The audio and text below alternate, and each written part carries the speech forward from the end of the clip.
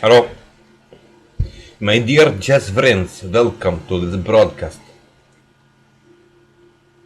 I am Russian Grandmaster Igor Gabaraba, and no. I am only Icelandic Sea Master Ingvar Johansson.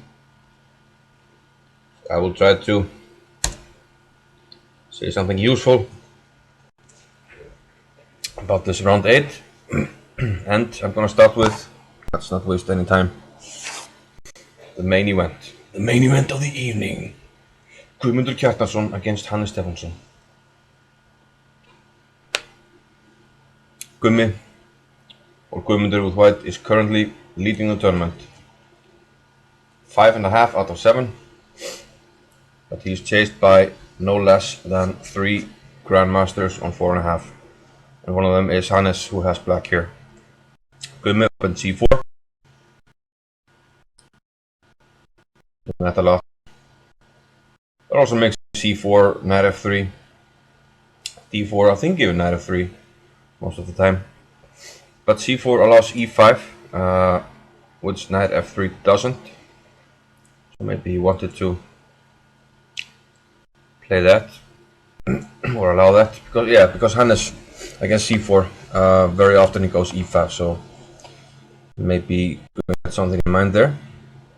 And Hannes went for the immediate c6. I think it's still called the Keres. The variation is named after Keres. It's more common after bishop g2, knight f6, bishop g2, and then c6, because black can argue that white has wasted the move with the bishop here in some cases. But Hannes went c6 immediately. d4. Hannes went e4. And what I mean by wasting a move is if black goes for something like this, then sometimes you don't need the bishop on d2. Usually you do, but sometimes it's not necessary. And here a move that I just haven't seen. I'm not sure if it's a novelty, but I've never in my life seen this move. Bishop h3.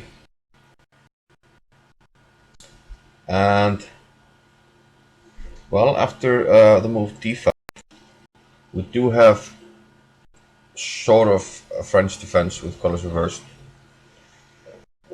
Except that white hasn't gone e3 yet. So even a Caro-Kann with colors reversed. And the advanced variation. And I'm not sure what the implications of exchanging the light squared bishops are. I can't remember any cases with colors reversed where the black squared bishops are exchanged early. So we'll have to wait and see. I'm not sure I like it for white, because, okay, first of all, right now, how do you get this knight out? You have to play h4 and a knight f3 probably, a knight h3. If you play e3, you leave a lot of weaknesses around your king side. So I'm not sure. Knight c3. Bishop went into b4. Queen b3. Typical, well, French and Caro-Kann pressure on d5, and Hannes went knight a6. And with the unusual placement of the queen here, it's not possible to take here. Once you take it, it's hanging here, and the rook is gonna fall.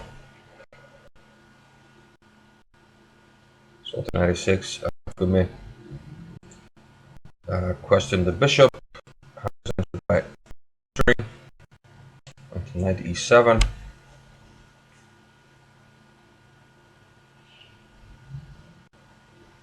And now black's strategy will be to try and guide the play to the light squares, which he can control a little bit better, and let this guy would be bad. B1. Pawn to B6. This pawn had to be protected. Bishop to G5. Preventing black from castling because of the hanging knight, so black blocks the diagonal. The bishop moves back and takes C4. The plan is to get knight D5, which he did, and he wants to castle. And as I talked about light square strategy, you'll notice that all of his heavy pieces and light pieces are indeed most of them on light squares, so he wants to try to control them. Here F3 and F5. So if black can keep this knight here under control, and that means holding on to this e4 pawn after takes, and also after the queen moves, maybe you even play b5 to keep this knight. And black should be with his fair share of the play, maybe even more. So an unbalanced position. I don't think there's anything wrong with black here. 40 minutes for Gummi, 49 for Hannes.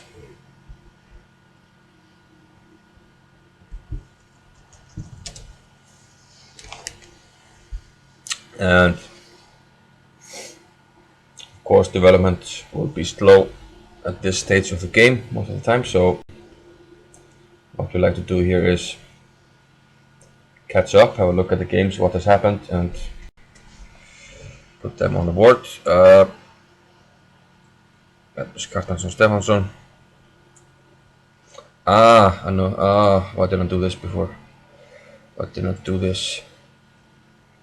But a new title.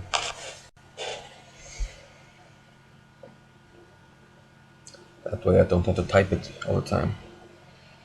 So this is Danielsen Jensen.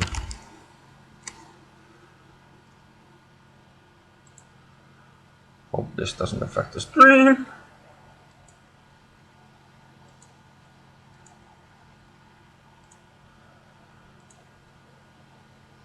I didn't think of that before. One man, one decision. I will have to align this a little bit. Well, more than a little bit.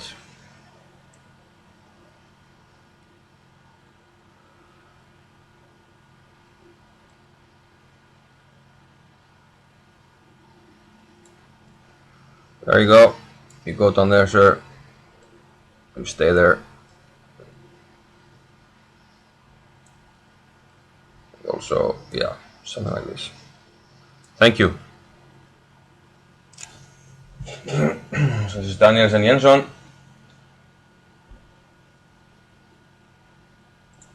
Dropped frames detected. Just a minute.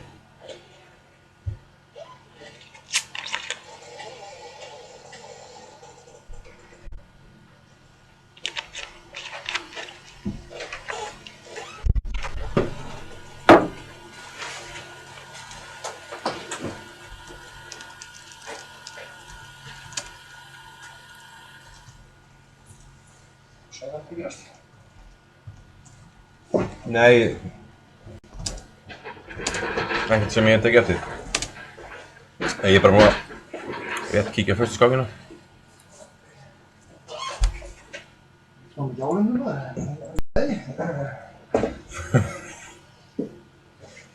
Yeah, we should mention that today Iceland is voting in the municipal elections. So the stadium where we're at is close to where people vote, so hard to get a parking space. And also, I shouldn't be wearing this color. Of course not. But the shirt is okay, maybe. Maybe. I don't know. But the tie, I'm not sure. Yeah. Nah, it's neutral. But anyhow, let's get on with live. Danielsen. Can stay healthy. Oh, no, not c3. That's a must slip. c4 for Henrik. And c6, and I have this main weapon, d5, d4, and he goes for the triangle, which, well, quote unquote threatens the noteboom, and people tend to avoid it with queen c2. We have seen this 2 times already in the tournament. Well, both times Stefansson was white. People tend to avoid this with white. And knight c3. The noteboom goes like this. b5, a4, attacking b5, bishop b4, indirectly protecting it because of the pin. Bishop d2, a5. Now we take. Okay, can't take back because knight takes, so I will take on c3. There's b3. We'd like to play b4, but there's a pin on the rook, so bishop b7 takes b4, and we have this unbalanced position where black has 2 connected pass pawns on the queen side, but white has a really strong center pawn mass. So usually play goes something like bishop d3 castles. That's even one variation with c5. But black tends to know better what to do in these lines, and my general feeling is that white avoids this with queen c2 more often than not. Knight to f6. Here white has a choice. g3 is common. D takes c4. Black will wait. If g3, d takes c4 is solid. And we're going to bishop g5. Now he takes. And this is like Hjörvar's game against Hannes Stefansson, I think. Wasn't that bishop g5? Now he played b5, queen d3. e5, queen d3. And a6, I went for a quick c5. Something like this. But Einar went knight b7. Maybe you can postpone b5. No, I didn't even play it. Okay. Knight c3, h6, a different approach. Bishop takes, knight takes, pawn to g3. So Einar wants to keep things more solid. Queen d6, bishop g2, simply giving up this pawn.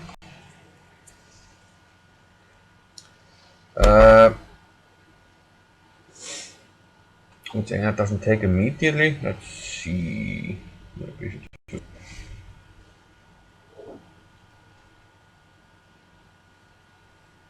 It does surprise me a little bit.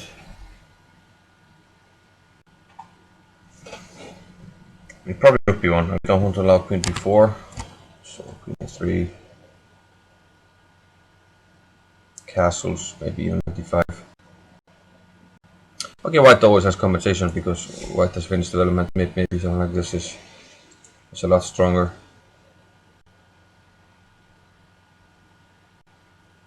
And white has some compensation because it's hard to develop the bishop and black is behind in development, but I don't think it's out of the question to take the pawn. And instead went knight d5 and white castled. And now I took the pawn. I mentioned before that I like to play pawns, and that's in the chess fighter corner who like to question any pawn sacrifice if he could get material and hold on to it.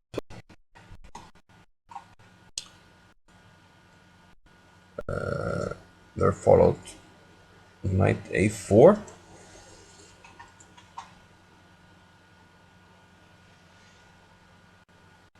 Here queen b4 seems like a natural move, but I know what queen b5.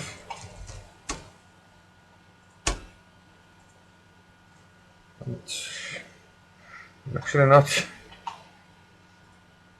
entirely sure about white's compensation. Knight b4, queen d1. I mean, the queen is not in immediate danger, You quickly play bishop e7 and castle. Yeah, that's what it played. Bishop e7. e4. Okay, white has a strong center, but I'm not gonna miss 23. Queen. And white took it. Can we try and trap the knight? It's hard to do. I mean, a3 at least tries to. On to a3, try to here, take the away the b4 square. And rook f1. So white has a slight lead in development, but usually that's not as significant when we exchange pieces like this. So I'm not sure that this is how Henrik wanted things to develop. Rook d8.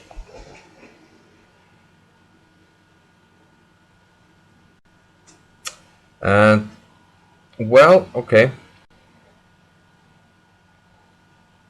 What about knight c?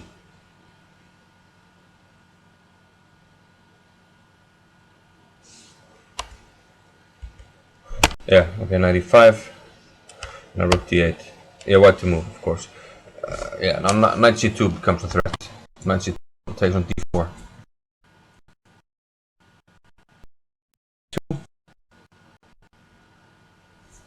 Rook d2 has the idea of playing a6, a3 I mean. And then the knight doesn't really have a lot of squares, has to go to a6. And from there we can take on a6 with the bishop. And c6 will be weak, we'll regain the pawn.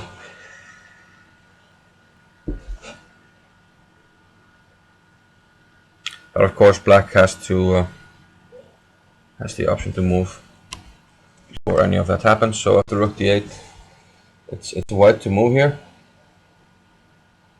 And this would be, well, this would be a development, because if Henrik fails to win, then he more or less drops out of the running. Well, not more or less, I mean, it's at the top that he will simply drop out.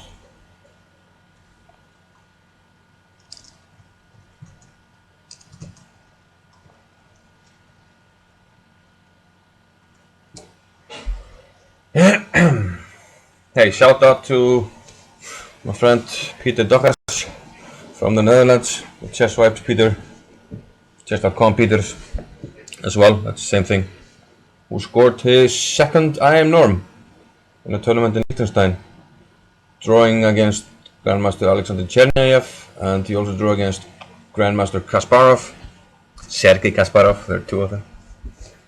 That reminds me of when I drew against A. Karpov. Unfortunately, it wasn't Anatoly, it was an international master from Uzbekistan, I think Alexander Karpov. But of course I just wrote A. Karpov. Draw.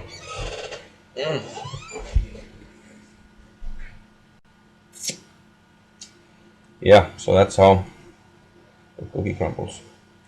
Don't ruin a good story with the truth.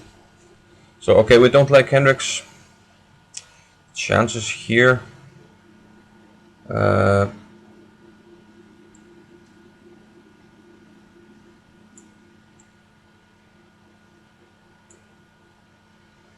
let's get a new game. New game.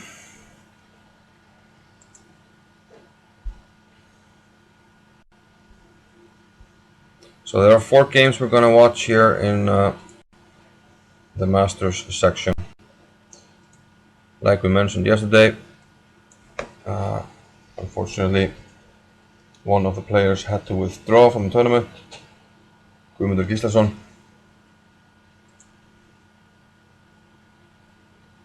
due to personal reasons. That means Þórðarsson is not playing today.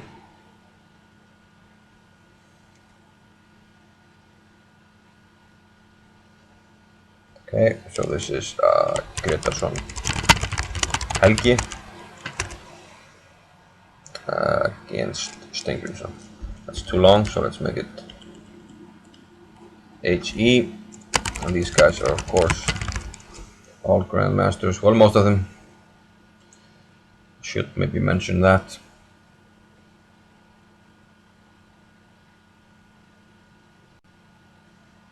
Okay, first let's move this down.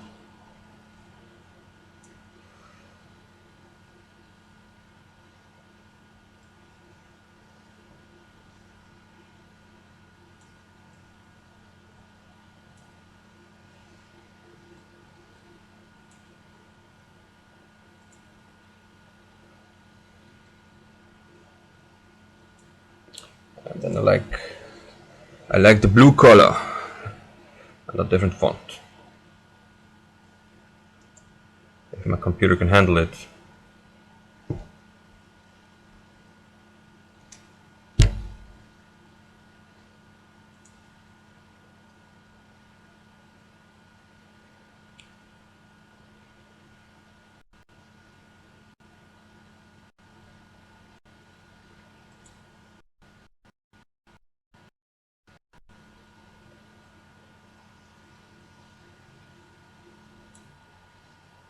There you go. This one and this one.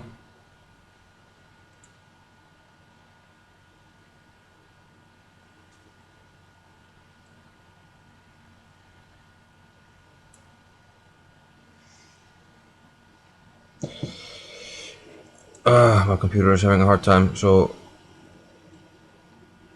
I think I'll edit the same one instead of adding new. Just to be on the safe side, we don't want any crashes of our stream here. But okay, anyway, this is Helgi Ásgríðarson against Jens Steingrímsson, and well, almost all the games here are quite important.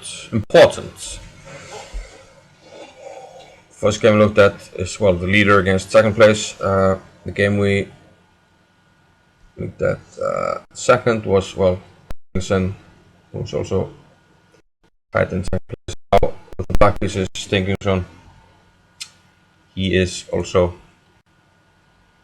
tied for second. And he's won, was it 4 in a row or 3 in a row? I think he's won 3 in a row.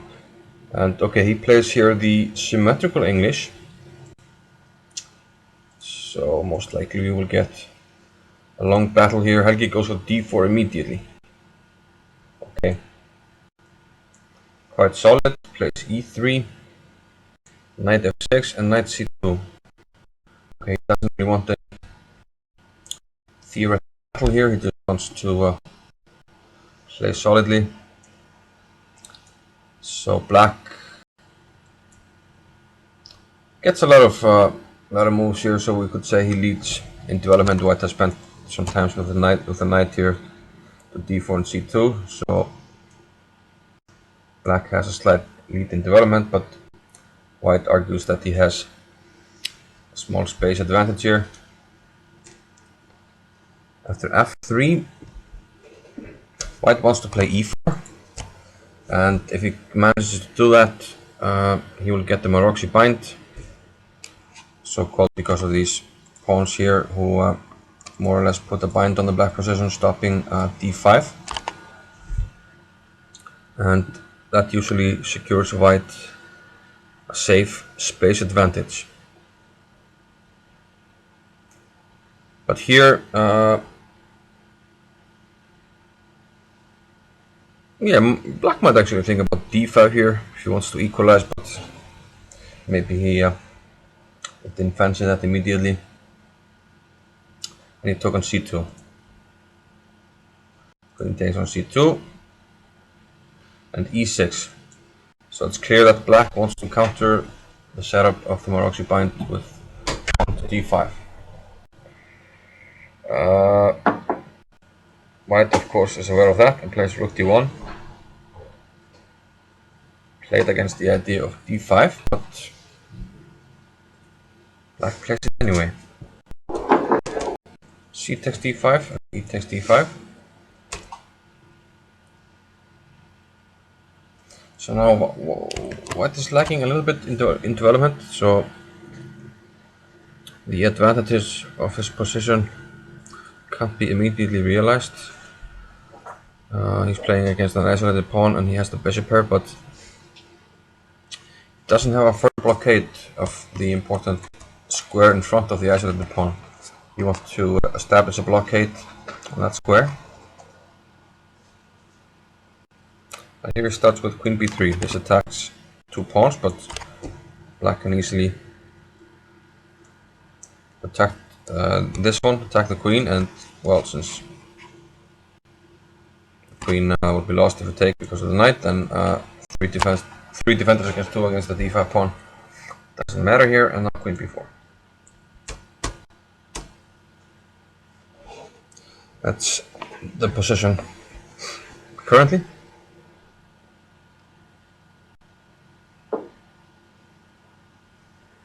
For black to move.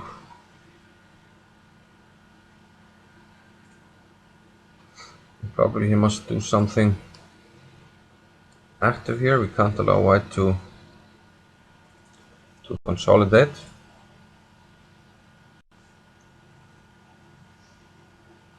White might even be threatening simply to play e4 and take with a knight on d5. This we can't allow.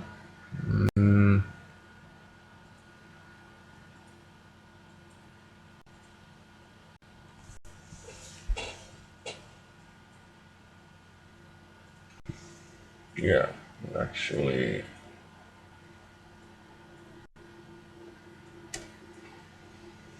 Maybe black needs to be careful here.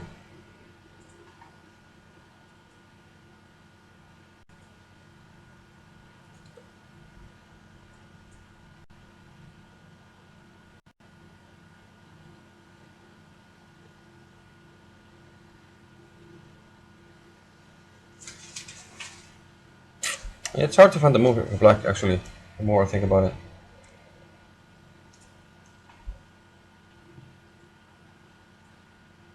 Black is still quite solid and in possession of a bishop pair. So black has to be careful here not to allow white's long-term advantages to be too heavy here. The last game of this round is actually probably the least important. It's Bragi against Hjörvar. Hjörvar is not having a good tournament after he lost 3 in a row. He has 3 out of 7, and Bragi has 3.5, 50%, so he's out of contention. But we'll keep an eye on the game. Nonetheless,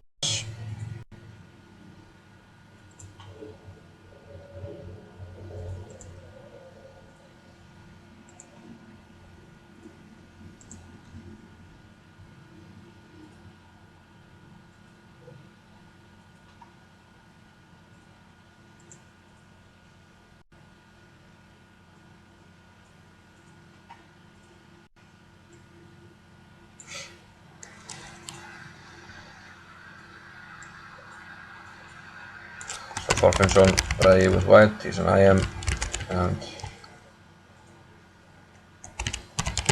Hjörvar Gretarsson with black, Grandmaster.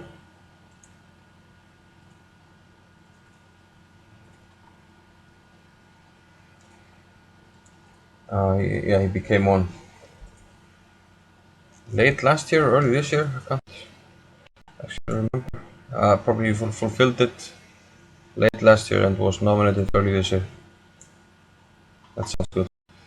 The that I like to play Blitz, and I know Karakamsky likes to play it, the recent US champion.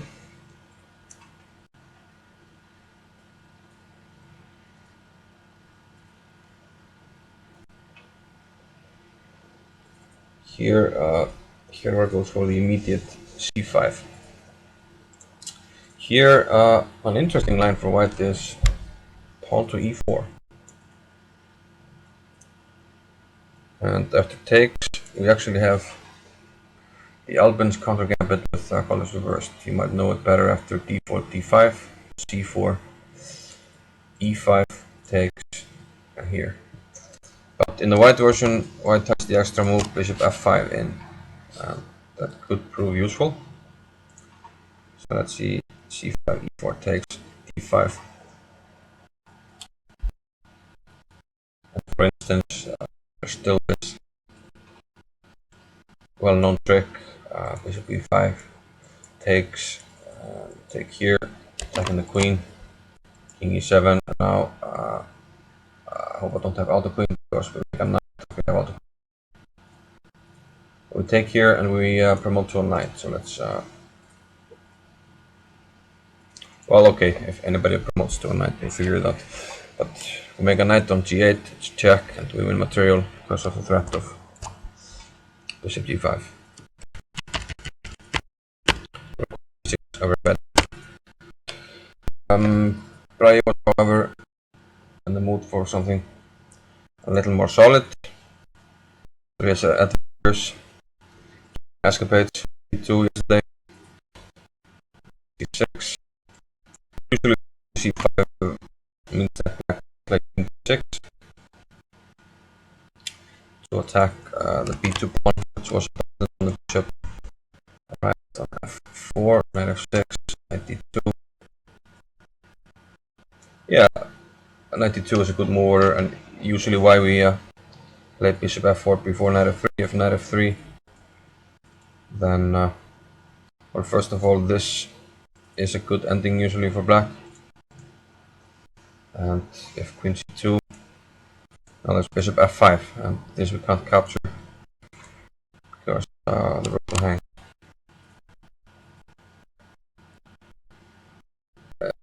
After the move played, knight d2, however, we don't have this problem anymore. Queen b6. We can play queen b2 if we want, even queen b3, which we played. Bishop came into f5. And yeah, but generally I don't like taking on b6, so white does not do that, he takes on c5. Yeah, I played like this with white, and I actually like it. Okay, if I think black has to take on b3 now.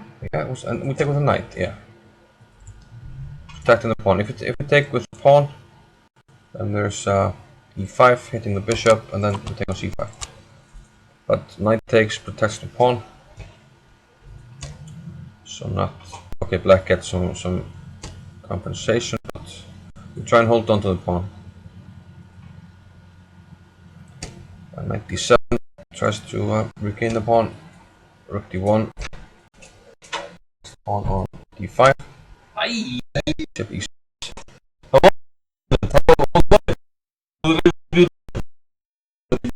Have you won? It's very important to vote. You know that. Yeah, definitely. Yes. Definitely. Don't vote for Kirsten. You have to vote for Gary. Gary.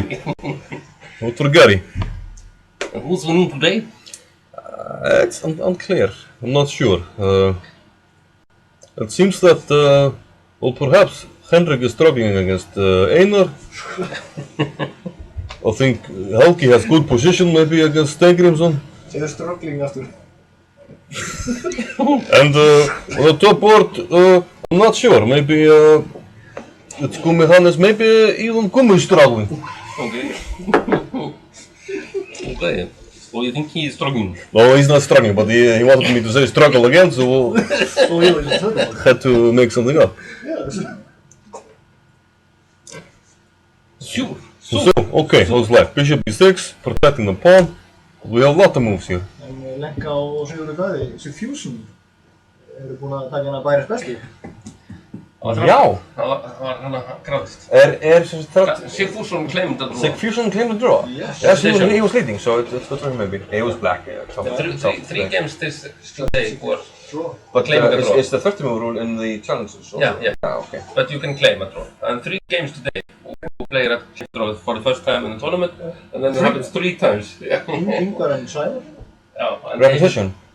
Repetition. Yeah. Good result for Ingvar. Yeah. He will be soon accepted into the Ingvar family. No player in Ingvar can be under 2000. So, Johannesson, Ásmundsson, Yes, yes. great tradition. So what's going on here? E4. now you're starting talking normal English. No, why? No. No. It goes back and forth. It's a split personality. Yeah. Hey, one moment. I have to have private word with president. Yes. Turn off mic.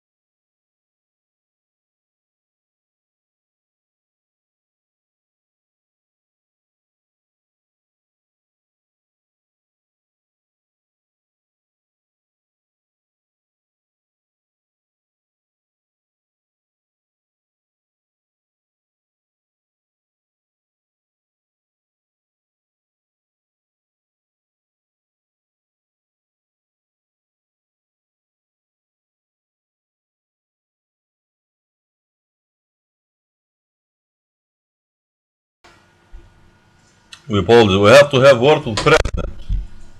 Very important. So E4. So White is trying to hold on to his pawn. And now we'll switch to Italian. He's trying to hold on to the pawn on C5. But why not like? Why not like a pawn? Put knight center. Put center, centralissimo, knight. Very good. Okay, knight d4. And the next move will be annotated by Rafael Benitez. I think Gerard, probably a good player, play knight takes c5. Probably.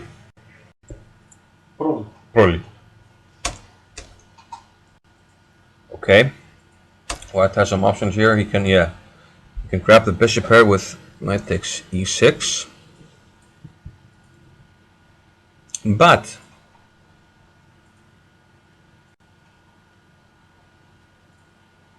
computer is going crazy about the move b4. b4. Yeah, knight takes e6 looks more human and natural.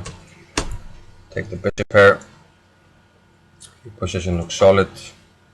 Knight can jump to d4 at some point. But he plays f5, okay. Undermining this pawn. And that makes some sense. You want to open up the position when you have the bishop here. a6, can we preserve the bishop? Yes, he wants to preserve it. Bishop e2. Pawn takes f5, rook takes d5 will be played. Yes. Yes, g6. So this bishop fancies a good life here on this diagonal. This one is good for now. The knight, yeah, doesn't have a big choice, has to go to h3. And it seems like we can cover this pawn easily with a king. Finish the development like this. knight here. Let's see.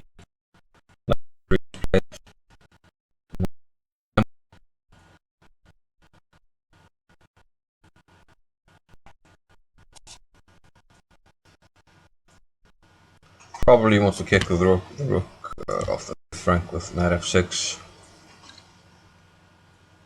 Potentially bishop c5.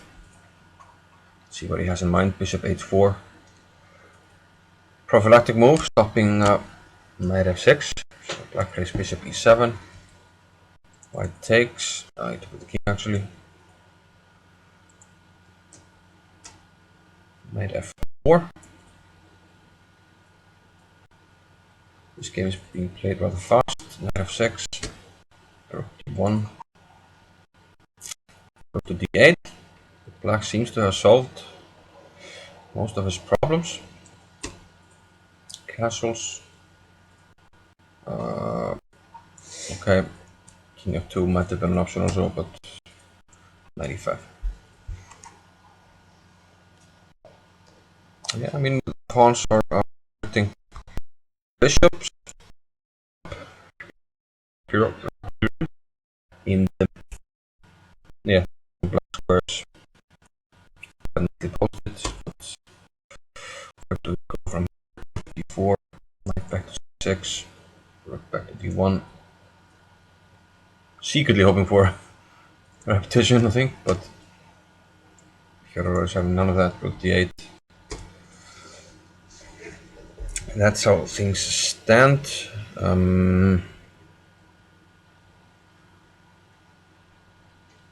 Yeah, probably black stands slightly better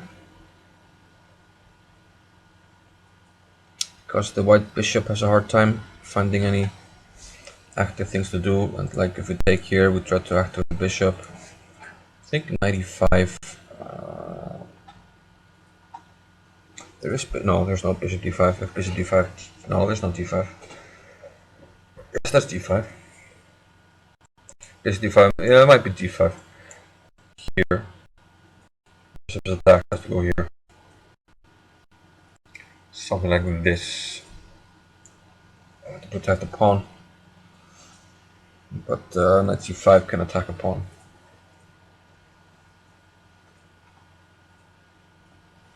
So I mean, something like this quickly becomes complex. I mean, knight c5. Black can attack this pawn. He can also use the other knight to attack this pawn. Meanwhile, these are weak for black, so.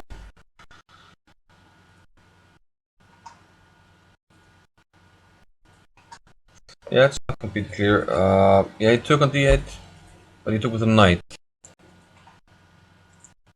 Wants to keep the king close. So now, like bishop c4, you probably play king d6. Okay, and then black can try and advance with g5, something like that. So I think I would prefer black here, but it's not much. In the challengers, we already have a draw on the top board. There, Lenka with the white pieces was playing against Sigurður Fusion. Sigurðsson, yeah, black pieces. He was leading with 6 points out of 7, while Lenka, along with 3 others, had 5.5. And they repeated moves already on move 16. So yeah, on the eventful game. We're not gonna have a look at that. That means that Davíð Kjartansson and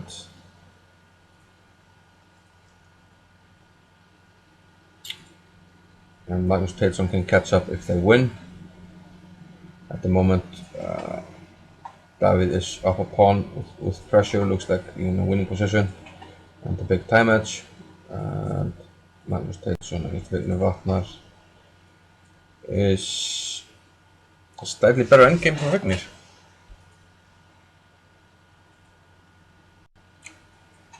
Maybe even more than that, but yeah, Could be. so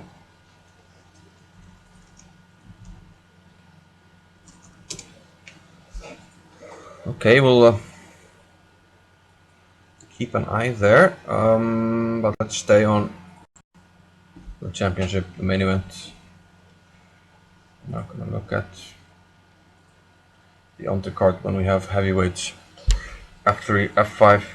So we have some moves here, and this is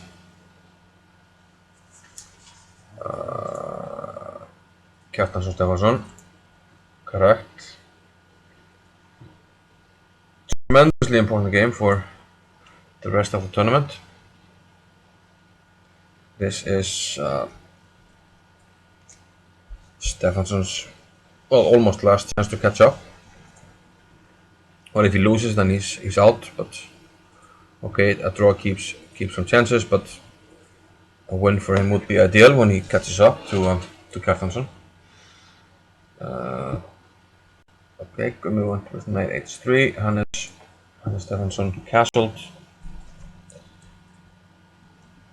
Pawn to a4. Yeah, trying to prevent this b5 move, which can be sometimes positionally desirable for black. Securing some white squares. Because once we play b5, we can also think about posting an knight on c4 at some point. So white plays this usual move. E takes f3 and e takes f3. Now there's no more e4 kicking the knight. Black only has to worry about c4 at some stage. Knight a to c7. And here black is definitely having ideas of trying to play b5, keeping this strong knight on d5. But of course at the moment he's sacrificing the c6 pawn, so I'm wondering what implications that has. Knight a to c7.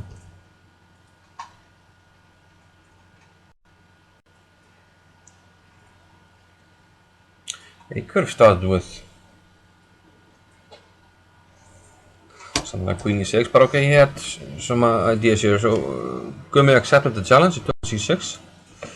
Now they followed rook f6, queen back, and queen is e6 check. Okay, I thought he might check with the rook, but queen e6 check. Bishop e5, a natural move, blocking the e file, otherwise black would get too much play there.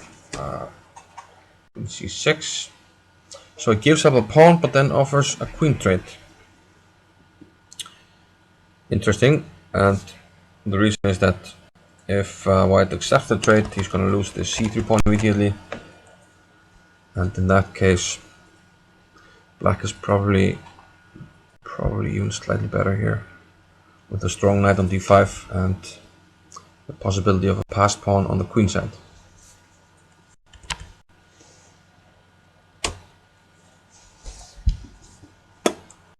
And this is where we stand at the moment. Gummi has 16 minutes against 37 for Hannes, and once again, one of the reasons why we never, we call Hannes the robot, he plays at a very even pace, and it's a very rare sight to see him in time trouble.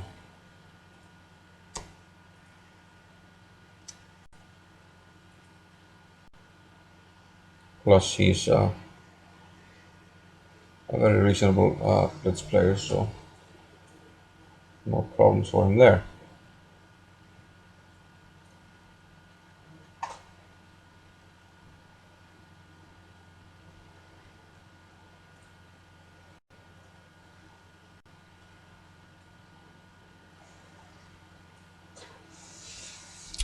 So what does white do here?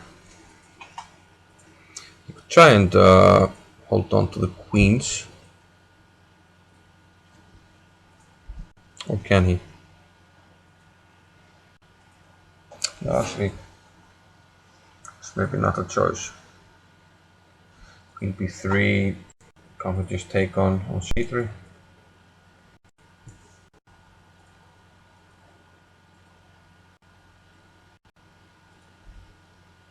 So black can, yeah, the reason is, well, the rook hangs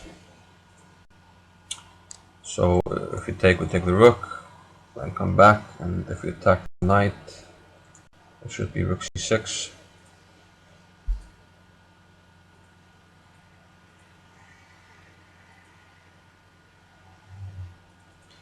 So this looks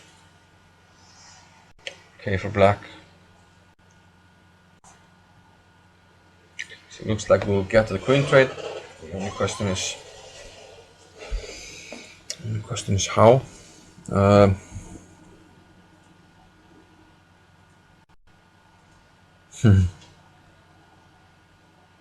Ikumi sometimes likes to think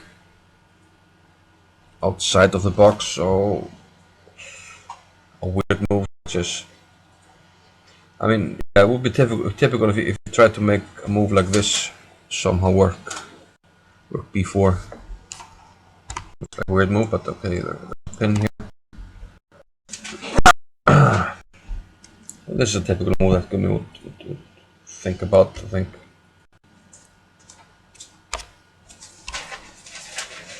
Okay, but Gumi thinking down to 13 minutes. Let's see if Henrik has made any improvements in his game against Einar Hjalti.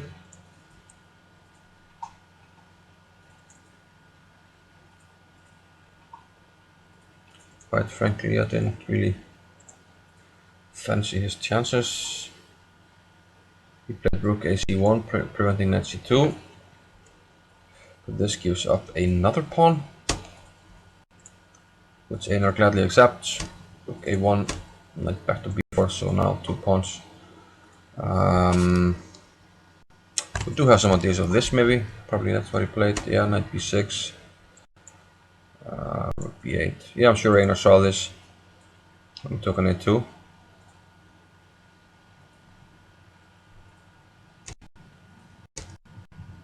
Oh, he took first d8 actually. I apologize. Rook b takes z8.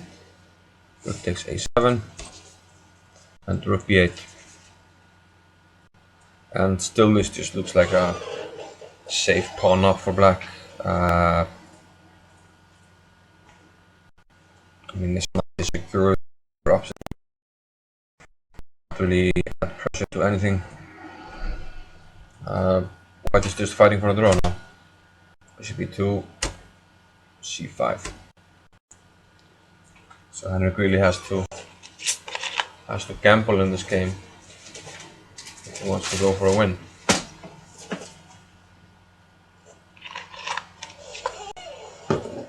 So at the moment, looks like Henrik might drop out of the running for the title.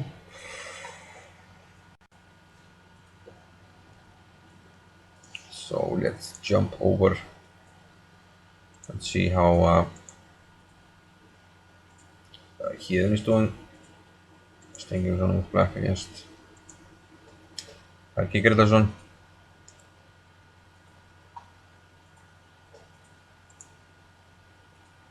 Let's actually add a new one.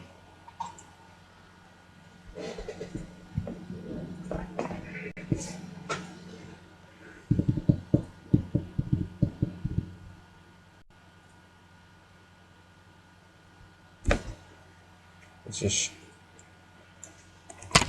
Danielson. No, it's not. It's Grétarsson.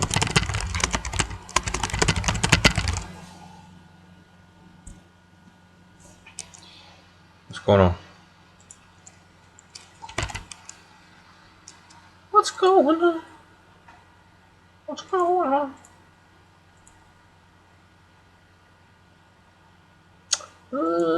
Waterbolt. Yeah, that's the one.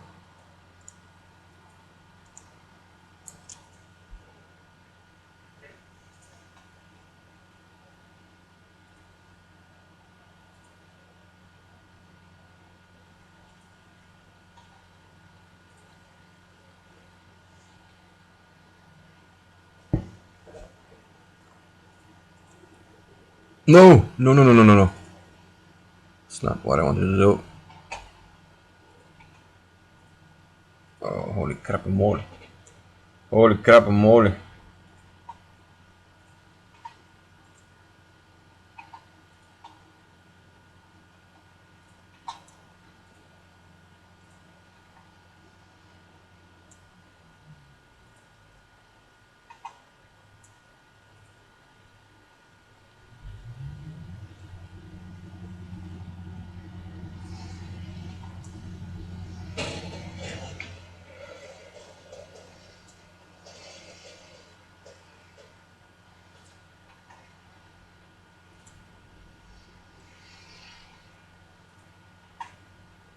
My computer has a hard time handling this, but okay.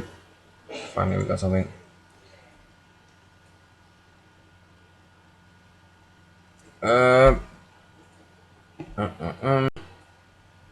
Helgi Ásgrétarsson, move 15, queen b4, and well, probably for only the second time in the tournament, Helgi Ásgrétarsson is not in time trouble. He actually has more time on his clock. He here played rook to e8. We don't actually have many moves here. And Helgi played prophylactic move king to h1. This has simply the idea of avoiding any problems on this diagonal once white starts thinking about moving this pawn to e4.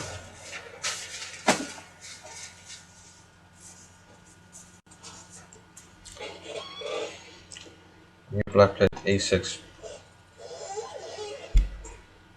I think this move is more or less against the idea of knight b5 to d4, like we talked about earlier, against the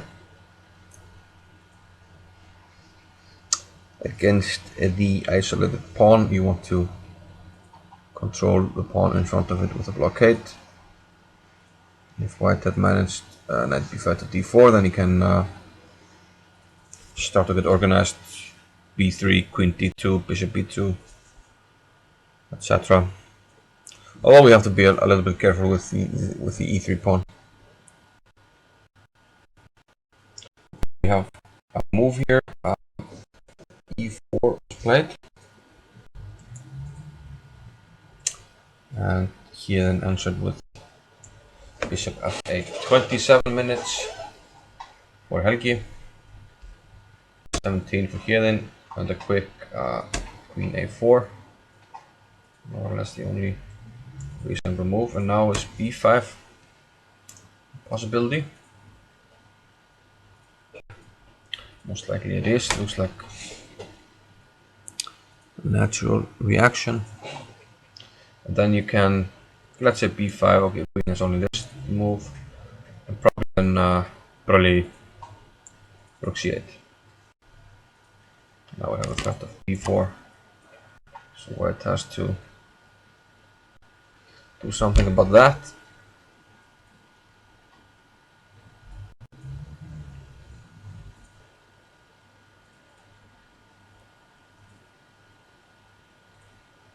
Yeah, once we move the queen, let's say we move the queen to the d file, then we can probably take on e4. I think black should be okay. So these moves have been played. b5, queen c2, rook c8 just looks like the most natural move by far.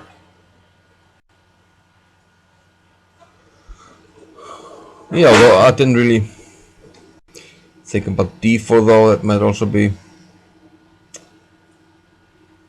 an idea. Okay, we advance a pawn, and well, we're not really threatening to take on c3, so we don't have to move it yet. But okay, after rook c8, then queen b6, then you have to think about it. Yeah, probably this move might be also possible, so maybe I was too quick to go with rook c8.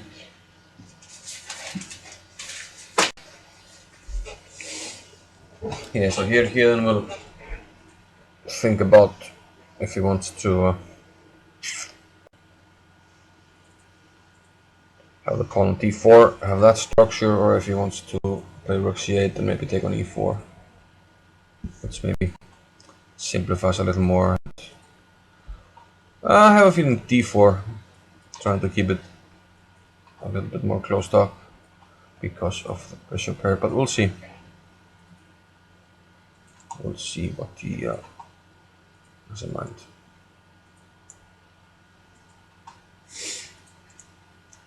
So a quick look at developments in against Hjörvar. We have knight takes d8, pawn to d3, and now the expansion on the king side, where black has a pawn majority. Knight back to g2. Does not look like a great square for the knight, but there wasn't much of a choice. That's why I want to play h4. Must be the idea. Knight e6, h4, reducing the pawns here, and not taking.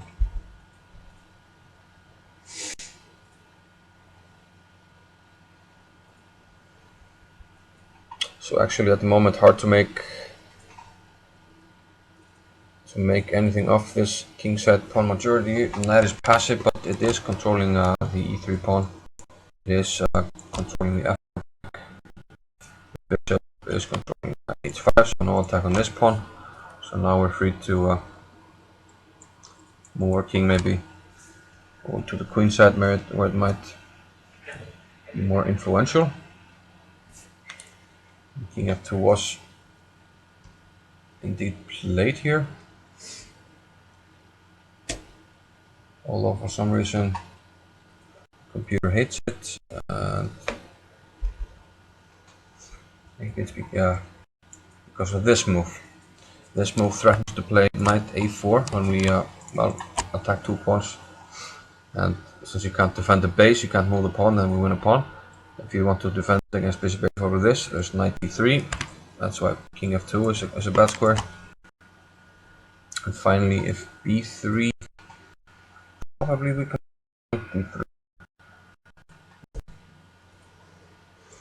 I have a feeling we can do that because, well, if we don't take, then there's this move and we win a pawn on a2.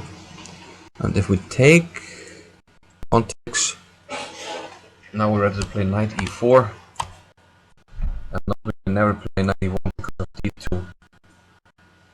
And there's no way to, well, save the knight and protect the queen square.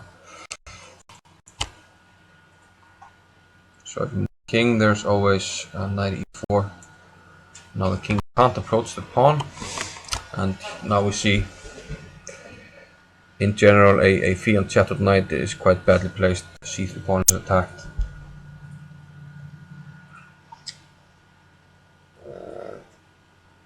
Yeah, also g3. So this might be actually bad for white if black finds knight c5, but here are 39 minutes, plenty of time. Maybe he played too quickly here, and we've seen this a lot in the tournament, that the one with the time match is maybe focusing too much on it. I mean, there are 8 moves left to play here, and that's not really too difficult to accomplish in a rather simple position. So pressing somebody down with 9 minutes to make 8 moves is maybe not the most practical. So instead of knight c5, which looks to be close to giving black winning position, he played king d6. So now white has time.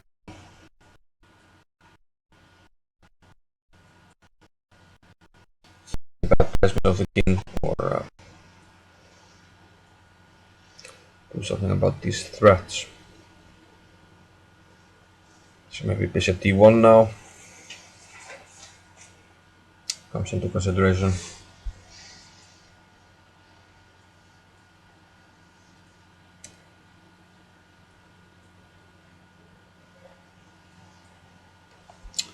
Going back to our main game.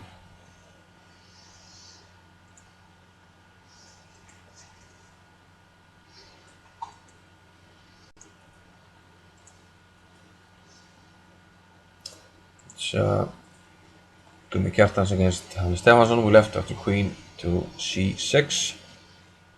There followed queen b3.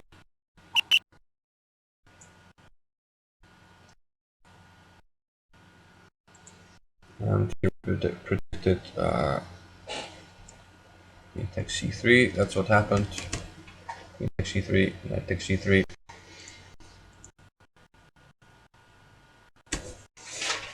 Okay, rook c1.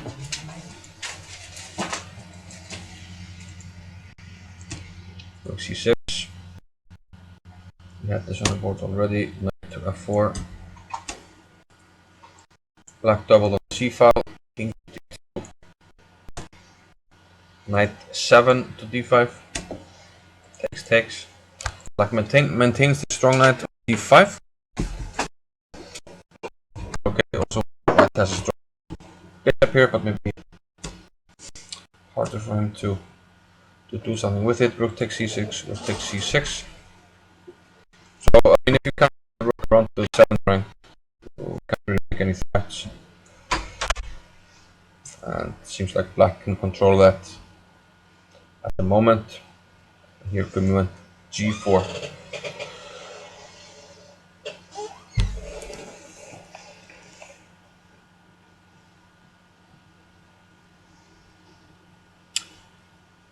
Yeah, my first instinct was f4, but maybe that pawn could actually become weak.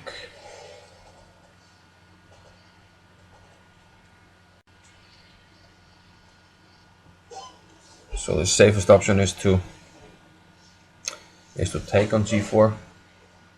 Trying to maintain the pawn is it's a dangerous adventure, because now the rook we talked about, now it comes to life, maybe. Okay, we could make some preparatory moves. Okay, something like this, and now the rook might penetrate. Yeah, note that the bishop is covering this pawn. Should be okay. Okay, I mean, white doesn't have to check on g1 immediately. Yeah, but of course, let's took on g4. Took her pawn! Took her pawn!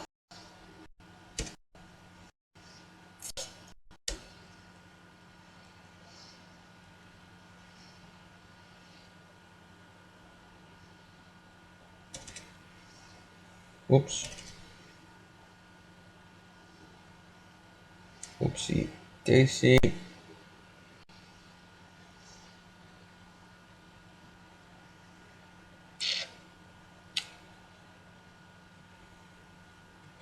So this is, I think, slightly better for black.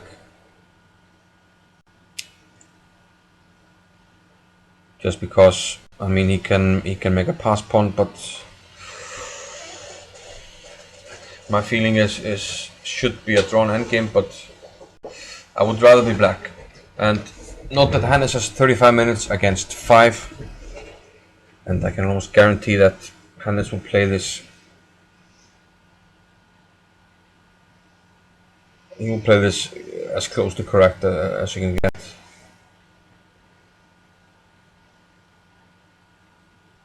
That's what we call him, the robot. 12-time Icelandic champion. And I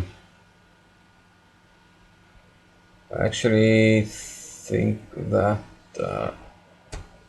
if he doesn't become Icelandic champion,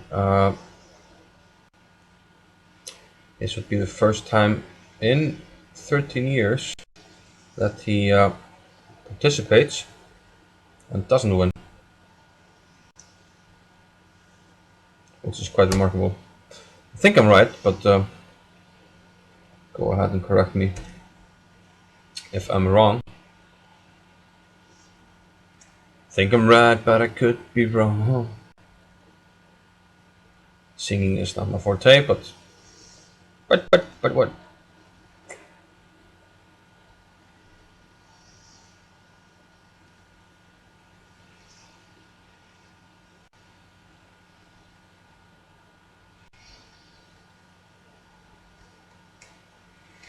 Okay, FTG4. So this is the position on the board currently. And Hannes with his big time match, finally thinking a bit, but now he plays rook c4. This attacks the pawn on a4. Rook a1 seems more or less forced. More or less. More or less, Mr. President. Something happening. No, I mean, Draw. Hannes. Draws. Yeah, probably draws, but I think the only one who can win is Hannes. Yeah, so he will definitely try. Yeah, I mean it's his last chance, more or less. Yes, yes. Otherwise he will be 1 point. Did Hannes play in 2012? When Yes, first he yes, won? but it's the only tournament he had played in for since he started Yeah. winning this tournament. It's the only tournament. And he didn't win when he He played. didn't. Yeah. Okay, yeah, I thought he didn't play when he first played. Yeah, of course he played. He lost against Stefan. He had a horrible tournament. It's Yeah, one that's of right. the worst. Yeah, he blundered the queen against Bragi and Bjössi. Yeah, now I remember. Yeah, I think he only got 5.5 out of 11, something like that. Yeah. Horrible. Horrible. So it seems like that Gummi might have a 1 point lead after this round. Yeah, if they draw. Yeah. And Because it doesn't look like the others. it doesn't seem like. I mean, Henrik. Definitely, Henning is definitely not winning. No, Henrik is just fighting for a draw. Yeah, and I think. And how is Helgi and Hien? It's maybe double edged. I think maybe slightly better for Helgi, if anything. Yeah, and Yeah, because it's rather quiet in this game. Let's actually have a look at Helgi and Hien. it's only 90 moves. Okay. Yeah, okay. This game can go anyway. Yeah, so Helgi and Hien 19, Queen C2. They're playing really slow here. Queen C7 I didn't consider. We thought Rook C8 or Pawn to D4. But then Queen C7. The computer really doesn't like this move. Thinks that White should play now Bishop to G5. It says that Black's best move. Okay, Helgi 18 minutes, Hien 13. Okay, but Hien best. Yeah, but they have only played 19 moves. Whoa. So Sounds like a Morocco or something like that. Indeed. yeah, sounds like Indeed. Yeah, after Bishop E5, the computer says it's best to take on yeah. sacrifice a piece. G5. That's E4.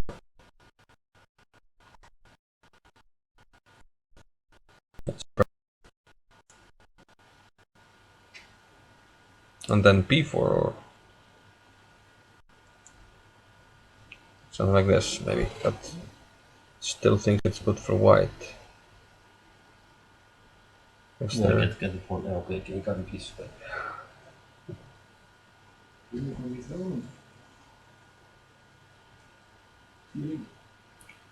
So yeah, very Right. very unusual. Svarta móti Hjörvari, sko.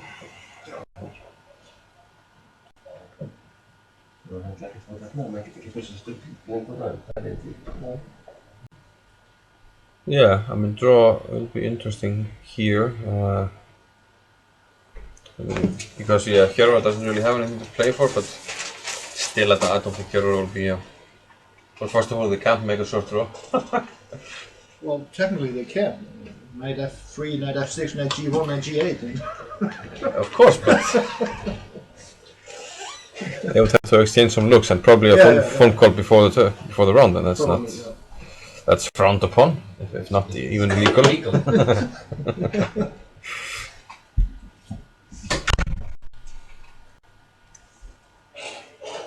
Is it not allowed? Well, it's frowned upon. I think it's from a Seinfeld episode. I'm watching a lot of Seinfeld now. Yeah? Yeah.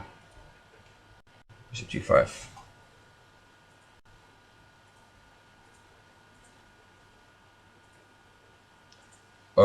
Knight H5 immediately. Let's see how the computer likes this one. It doesn't like it at all. Thinks White is on the verge of taking over here. Okay, on this one, I'll turn off the sound just for a minute or so.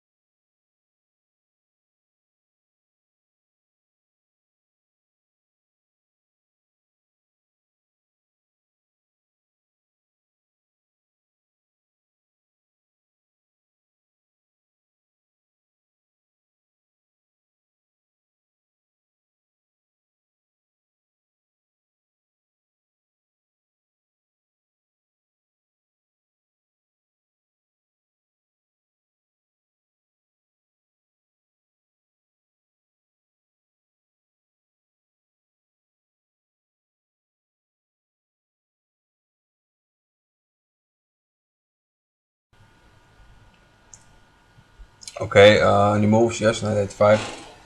Now white is thinking 14 minutes each.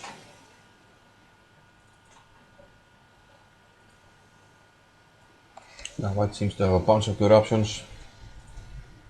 In particular, queen d2 is a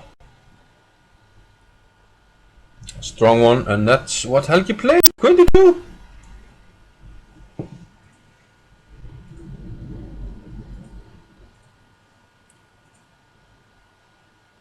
So it looks like black is struggling here considerably.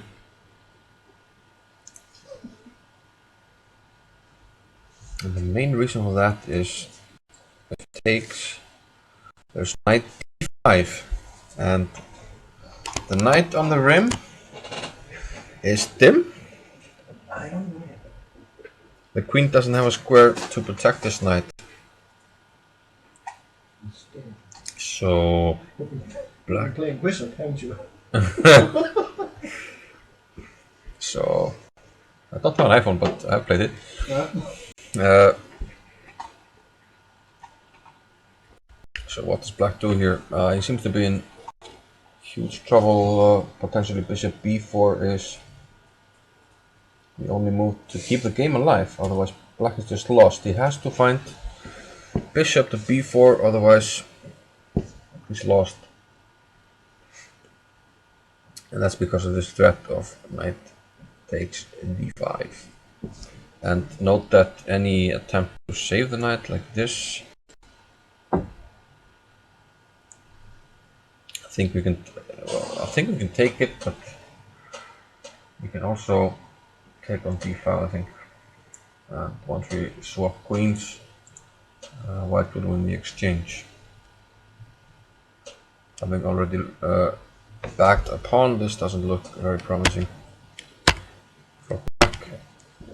We're at any level of chess.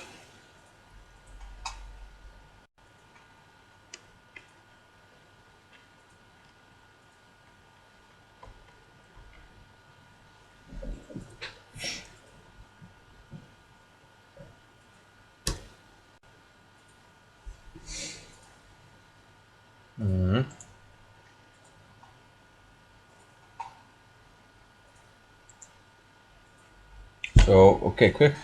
Henrik Ingestein and Hjalti, I don't think white can actually find any ways to improve there. So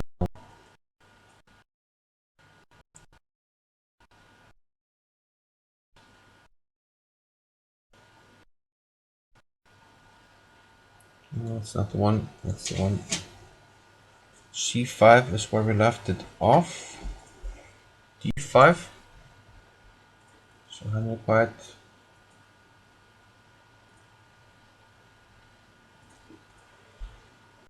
He takes d5. He takes d5. Bishop to f6. Knight c4. Black backs on the pawn here. Takes d5. I followed bishop f3. Bishop to d4, and now knight to a5. So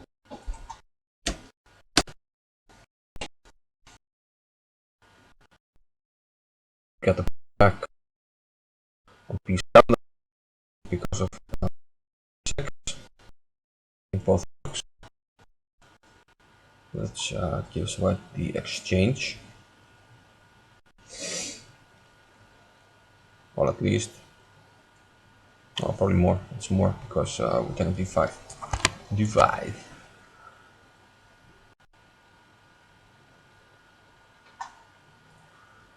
Well, actually, no, it's the exchange. We go here, and that takes. Well, can it be clever? No, we can't. Well, almost. That's a weird variation.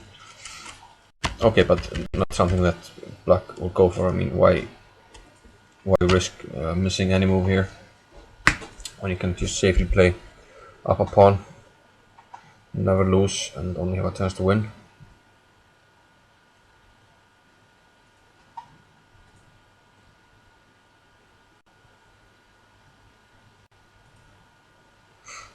Yeah, so black can, I mean, if he wants to be safe, he'll just give up the b7 pawn. He will be up this c5 pawn. And he has virtually no chance of losing the game. Also, it's important that Einar has 23 minutes, Henrik only 5. So it's virtually out of the question that Henrik will be able to find a win here.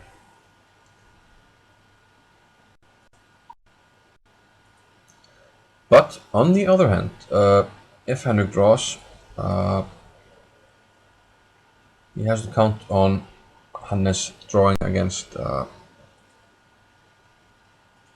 Gummi. And then the last round is the decider. Can Hjörvar help out Hannes and Henrik by beating Gummi? That's the big question. Knight a5, knight c3 was what Einar played. And we'll leave this game for now. It doesn't look like Henrik can do anything. It looked more exciting actually in this one. And Helgi Ás might be on the brink of simply winning. He took on e4, which we thought was simply losing after knight d5. So he must have thought up some way to get counterplay here. Knight d5 played. So it looks like Helgi might be ending Héðin's chances in this tournament to win, actually.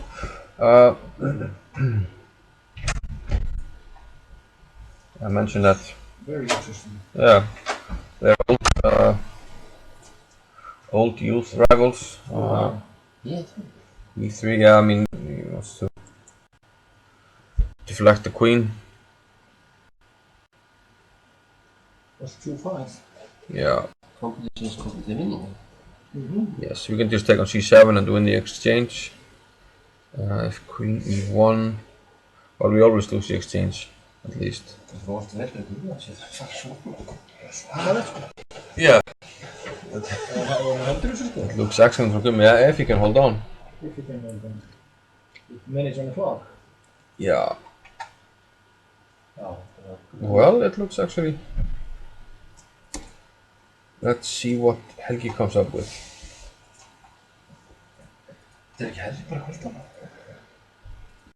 He's not winning ever. And he's behind on the clock also.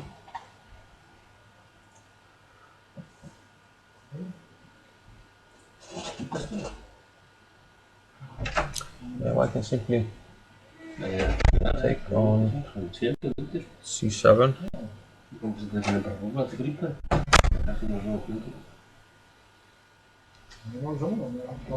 bara að labba af stað, sko. Getur svona ekki beðið í stöðinu. Nei. Já, eiginlega helt þessi game. Allt þetta var runnan sko. Ekki einu svona -1 heilan, sko. Yeah, he can win the b7 pawn and probably at some point opposite colored bishops. Yeah, of course.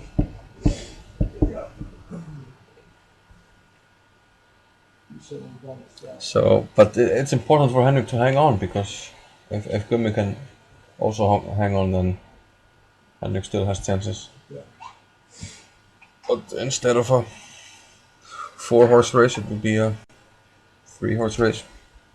Would you like a lions chasing the antelope? No.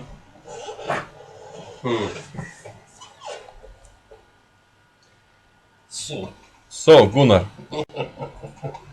Það fyrir mjög hreitt úrlingina.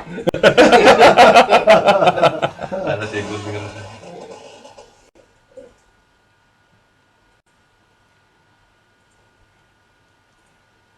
Ég var með þessa myndlíku hérna í Gummi, sko, í Hennisni, sko, svo eru Henrik og Híði Hinnes. Ég hef gefið ákvæmlega hætti, sko. Þú vorst bara að leita 4-horses race. Fórsetin bara, fylgjast með þessu? Nei, ég leitaði bara lion chasing antelope. Já, já. Þetta er antelope. Lion, sko. Ég hefði líka myndir á þrölla líka í hérna pislinu hjá þeim. Hann er akkurat við hérna skáksámasmerkið sem að rauða kórónan er, hún er akkurat á haustum á hann. Það er svona birthday-hatt eða eitthvað. Ég tók hann ekki svona viljandi. Þessi Ég góður. var svo Henrik var alveg góður fyrir myndir. Þetta er algjör snill, sko. Já, það er svona. Það er að gera góð þessu, sko. Það taka eftir svona. Kroppa fyrir að lóta hann og setja hann eitthvað þar að That's a good one. Já, ég snill.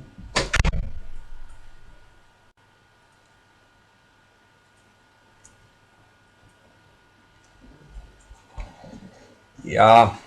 For those kids were laughing.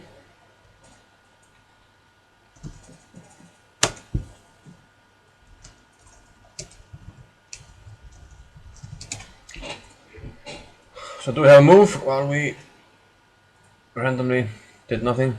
E3? No. Helgi is catching up on the clock. Let's quickly catch up with the main game. Gummi against Hannes. Gummi. Gummi. The gummy bear. No, this is not Danielson. Nej, det er ikke Danielson. Det er Gummi Carstensen. 29. Rook to c4. Rook a1 we thought was more or less forced. Knight to a b4. Preparing maybe to penetrate with the rook. King e3. King f7. The king belongs here or here. One king e pawn, but we win the a pawn, which could give us two connected passed pawns. But after king e4, he did not take the pawn on a4. He went rook c3 with the not so subtle threat of checkmate on e3. Rook f3. a5. Interesting. No rush to regain the pawn. If white takes, then we're simply helping black here, regaining the pawn. Now two connected passed pawns look quite good.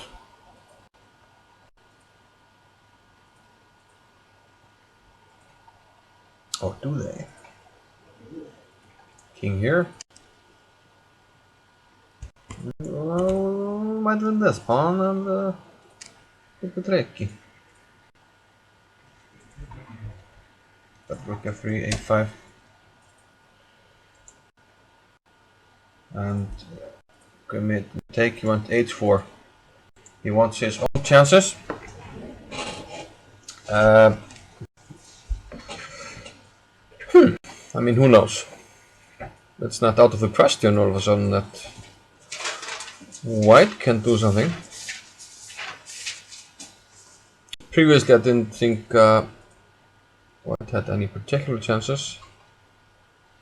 But at least now he has an outside chance. Rook takes f3, king takes f3. 1 minute for Gummi.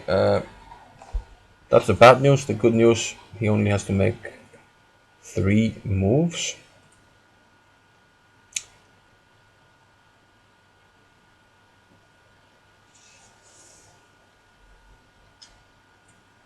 Yeah, but the good news again, we might be doing okay. Here the natural move is knight c3, but maybe white has a nice move here with d5 when we can't take with the king because of this. The knight takes d4, that really stops this knight from moving because we're attacking b6. And yeah, as we all know, the bishop is a better piece when we have pawns on both sides of the board. Here we can centralize the king and then we can push the pawns. But like I said earlier, Hannes will find good moves, and king f7 first chose computer move. That's of course what Hannes played. Yeah. And bishop e5, now we can think about knight c3, regaining the pawn.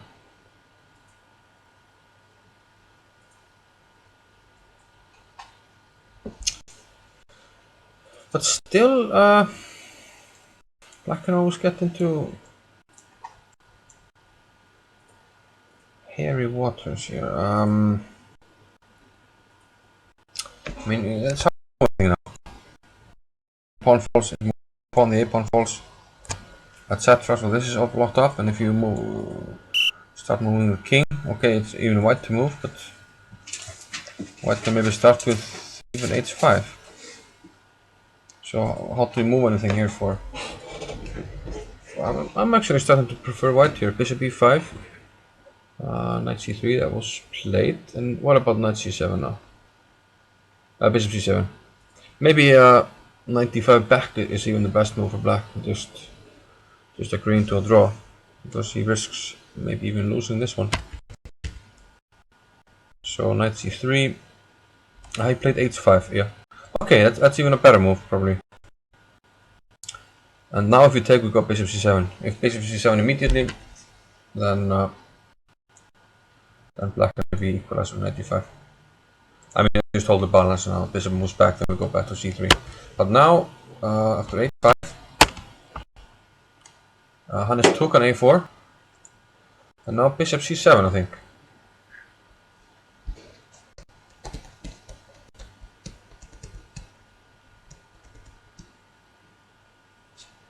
Bishop c7 looks like it completely ties down black's pieces here. This is not just make a move. among the computer's first choices here. But yeah, he did it. It looks like he made the time control as well, hopefully. Yes. It says 30. Well, he wouldn't get the extra time if his flag fell. So probably the electronic board wouldn't register it. Okay, so everything is tied down, but can we sacrifice? d3, bishop takes b6, a4. To get this bishop into the game. Well, white can never lose, I think.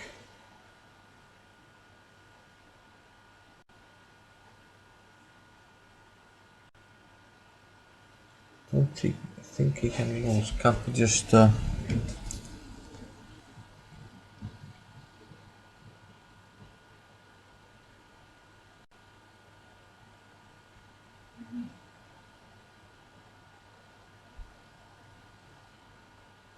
I think we can play worst case scenario d5.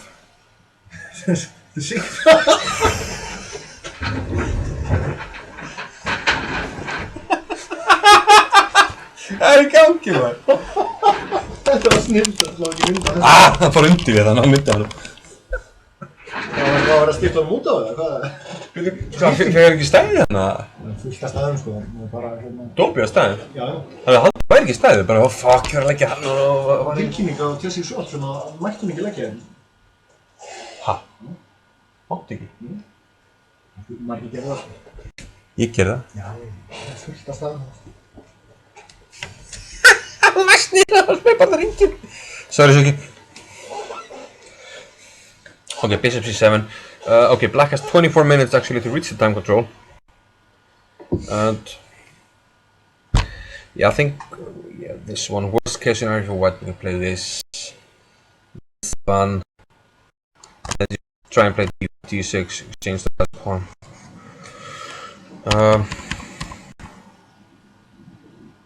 So hang on a minute, he did play knight c3. Okay, we'll leave this game for now because we just reached the time control, extra 30 minutes. So he will actually use his time now, Gumi. Yeah,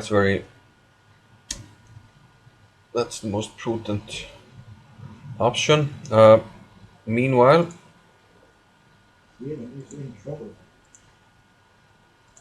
it's more than trouble, isn't it? Just losing.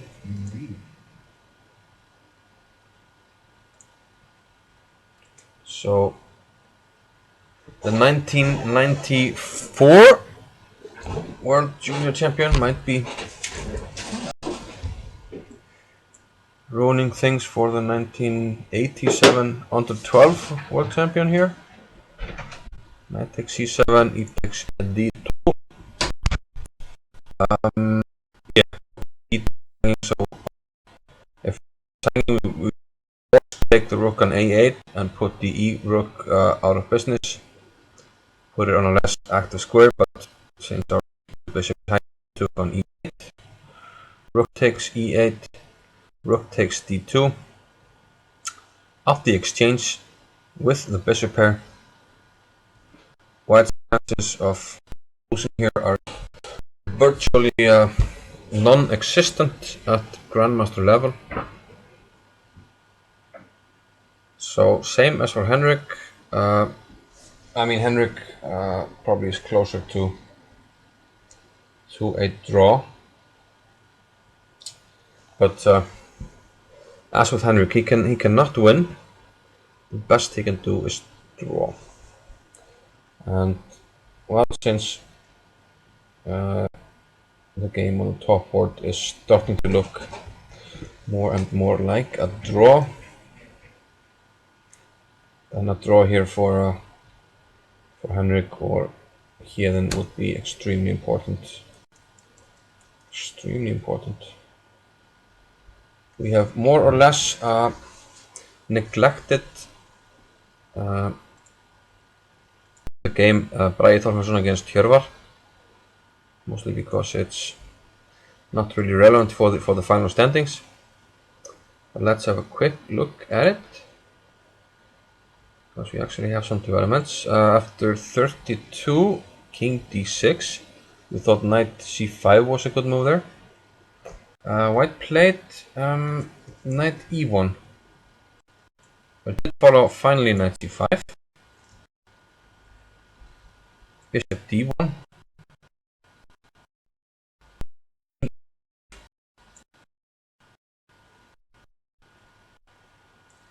and well, inexplicably, having played bishop d1 to prevent knight a4, Bragi played bishop e2. It looks like he lost his concentration. Maybe he just saw too many people coming out of Smárin voting for the independent party, and that was a shock to the system, and he blundered here, and knight a4 now just picks up a pawn. And well, no doubt quite disgusted with his last move. He didn't feel like fight.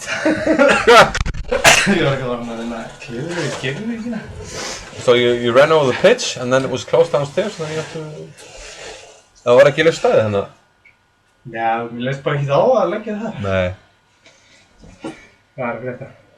So, yeah, Bragi just lost. It was rather weird.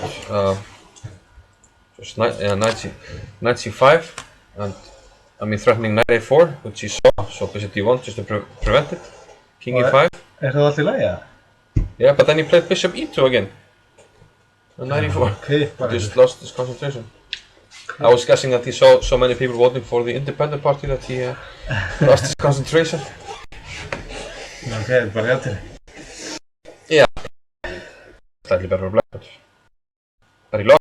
Okay, we'll write this one off. It's a write-off. You don't even know what a write-off is, do you? No, I don't. Do you?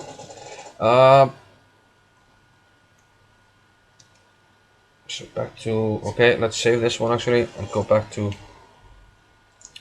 Héðinn, who was, well, simply losing. He lost the exchange. Yeah, let's just remove.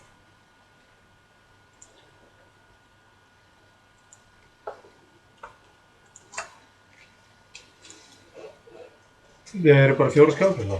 Já. Tjöld, maður, bara með eitthvað crossfit mót í vinnunni. Crossfit mót í vinnunni? Síðasta sæti, sko. Alveg. Gjörsamlega búin. Eða þú veist sem við varum að halda, sko. Já, og voru ykkur kempur eða? Já, ykkur crossfit. Já. Hæ? Ég er stefandi. Hvað var það? Sá ykkur bara heim. Allt einu sá sig ekki gæja bara að hlaupa hana miðuna. Það er eitthvað starfsmaður að koma hana stöðu. Það hefur hún komið á miðjuna. Alveg brjálaður. King 8-7. Það stóð sko á heimasíðunni held ég. Ekki leggja. Já, það stendur á þessi svort. Ég held að vera lokað. Hérna. Ég held að líka, ég laði ekki það Ég minn ef maður sá það ekki, hvernig fjandar maður að vita það. So, King 8-7. Hvernig er það gumma? Yeah. Þetta er svona... Hvernig er það verða? I think it's a draw. Það var hann bara góð með það eiginlega. Það ekki? Já, hann og Hjörvar í síðustu. Já, Hjörvar í Sárt, síðustu. sko. Já. Hjörvar er ekkert að gefa neitt, sko. Nei, það er rétt. Já, spurningar er náttúrulega... Ef Henrik vinnur, þá var það... Henrik getur ekki nú. Out of question. Herru, so this one, I mean Helgi will... I mean he has, what, 2 minutes left? 2 minutes 30. I guess 7 minutes. So he'll just reach the time control. He should be easily winning eventually. Old rivals. The old rivals, yeah. I mean, in the past there were some games that when pieces flew, I guess. Já, alltaf þegar testið þarna í barna- og grunnskólamótinu. Þá vita sko að annar hvort þetta hlaupa hringir í kringum tíu. Yeah. Það var hvað niður. Lóka.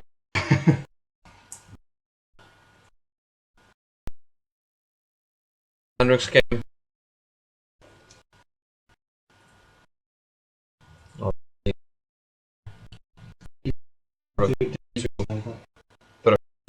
Rook A8 takes. Já, ok. Knight takes B7. Rook A6. Einar er bara... Yeah, solid game by Einar. Henrik sacrificed a pawn in the opening, which just didn't work. Einar grabbed the pawn. And just Erfitt að vinna. held on to it.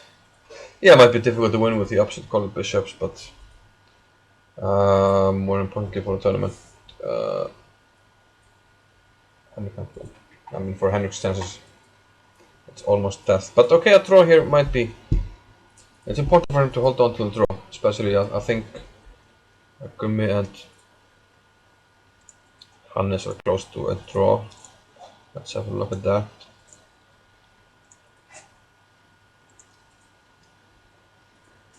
So knight c, yeah, like I said, Gummi, okay, we just reached the time control, so he's using his time. I think white can never lose.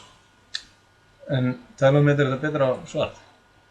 Já, þú veist, hún skilur ekki jafn allavega þessi sko, þú sér Nei, þetta er bara stingt. Houdini, Þú leikur bara. já, ég veist ekki A4. Ég held worst case scenario you can just play D5.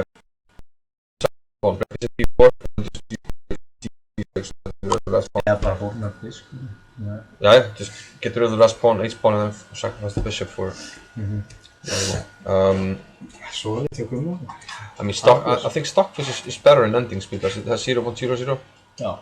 Houdini just ended in black. Fyndi hérna, þriðja vélinn gefur dýrti, έτσι. It's funny because if you go back to the third round, there's this game Hjörvar against Einar Hjalti. Já, akkurat. Yeah, there was one point during the end of that game where... Já, hann átti ég til hana. 8? Nei, var það ekki 0 eða? Nei, ok. Hey, there was one point here where Houdini wanted for white to play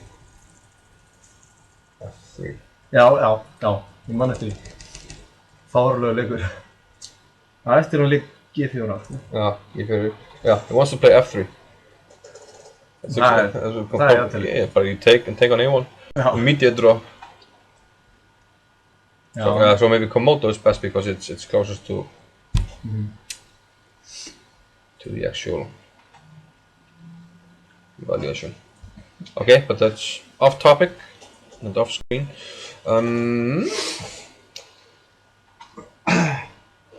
Yeah, Gummi still thinking, but yeah, we think.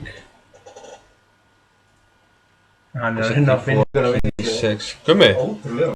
king here.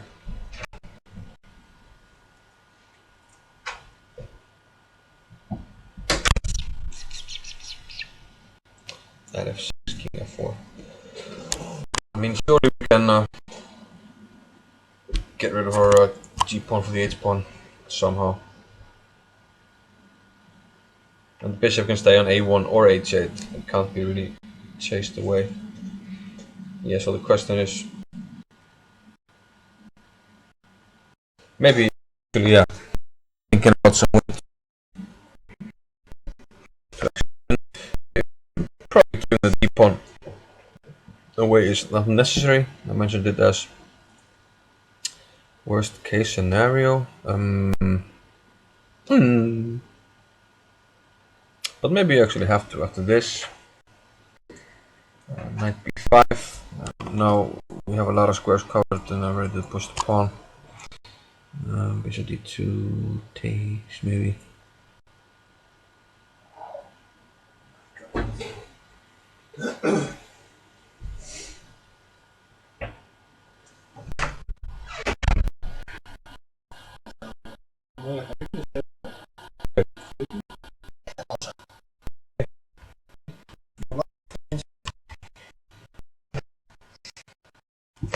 Oh, so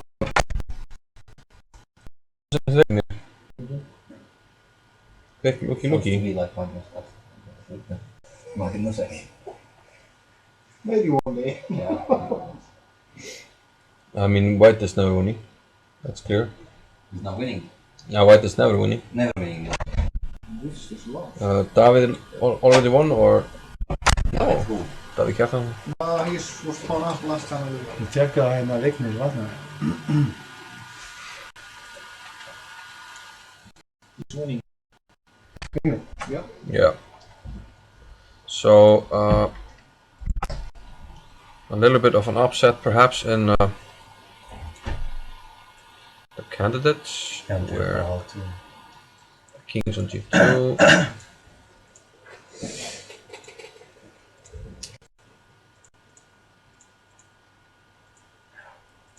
Knight on b4, bishop on b7, and black to move. Wow. So this is the last. Well, the former leader of the candidates, Magnus Teitsson with white against young Vignir Vatnar. Is he 11 or 12? 11. 11-year-old Vignir Vatnar. Rated Ekki með about einhvern möguleiki bara rúðum með peðið eftir 1900. Skáka drókningin af. Við erum bara að skáka rittarana. Það er kannski ekki gera So white to move and black is simply threatening g3, g2, g1, which is kind of hard to deal with. Það kemur F5, G3. Fe5, g3. Það er líka sem ekki bara lappa með þetta við borð, skáka T4. e6. Eða skáka á G. Let's see what's happening here if we both make a queen. Queen g3 seems like the geometrical move here. No, queen f5, king f5. Ég veit ekki bara skáka rittarana af. Eða þú veist, G3. Yeah, queen d4, king g5. You want to take the h5 pawn, but we can. Well, okay, then we can never do anything about that. Kannski óþóri.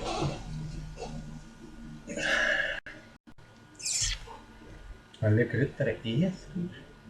Þannig að Okay. það koltar.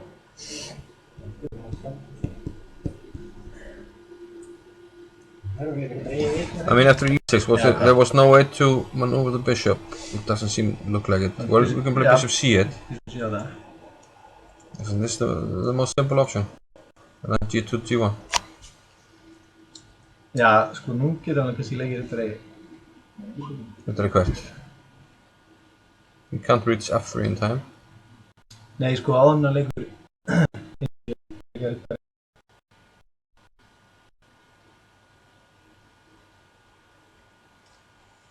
I put bishop on d4. Já, I don't see anything.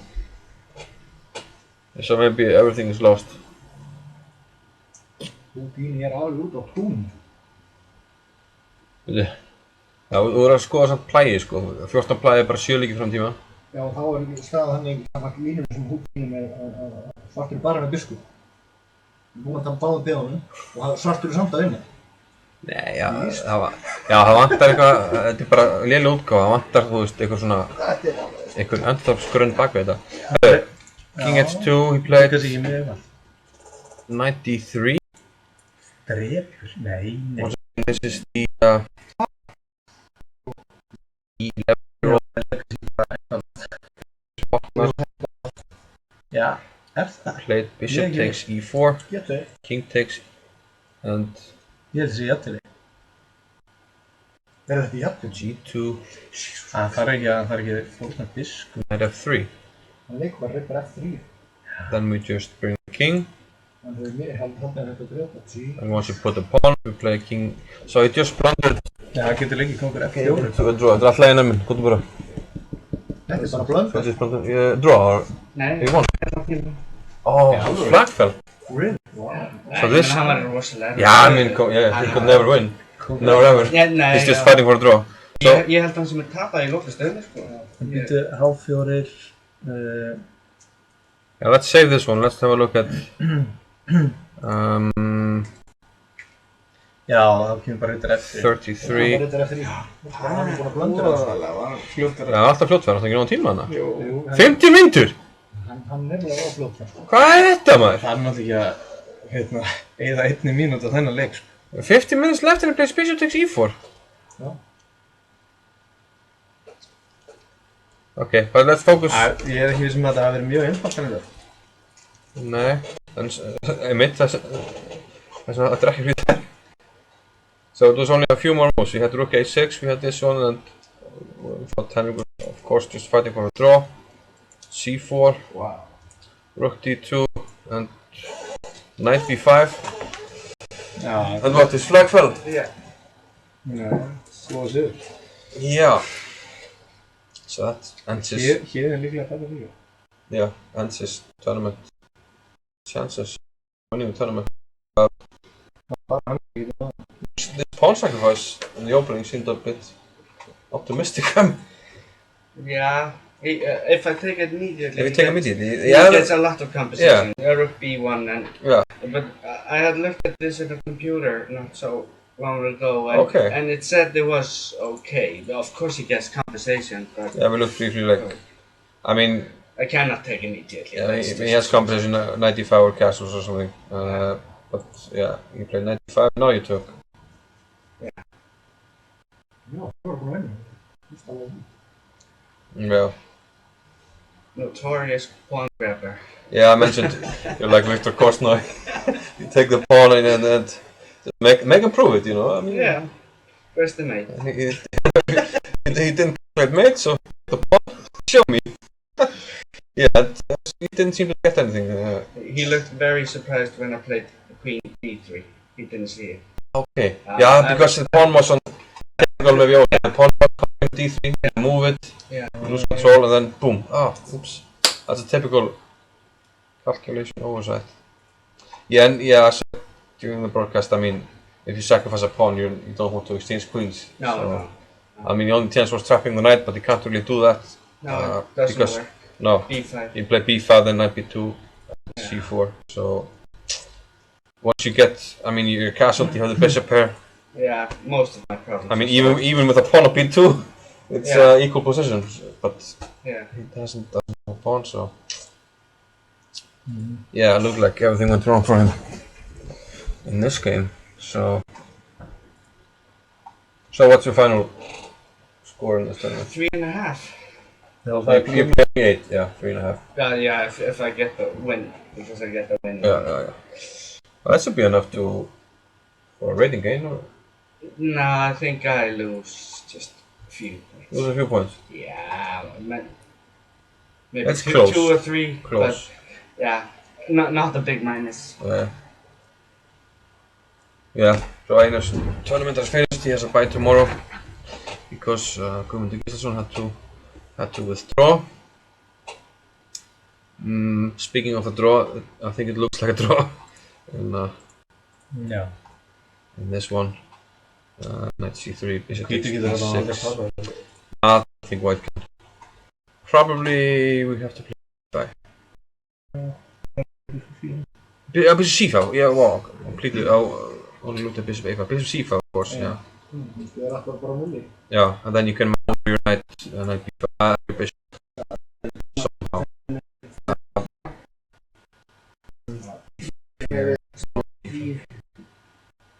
Bara gifin þessu. I mean, here, g6, so if a3, you just take it, play g6, you have to take, sorry, and draw. Kemur alltaf 10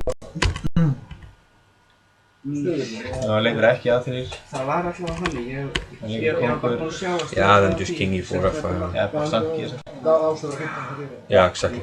G6 anyway. Okay, so going to move here. Sævar 10.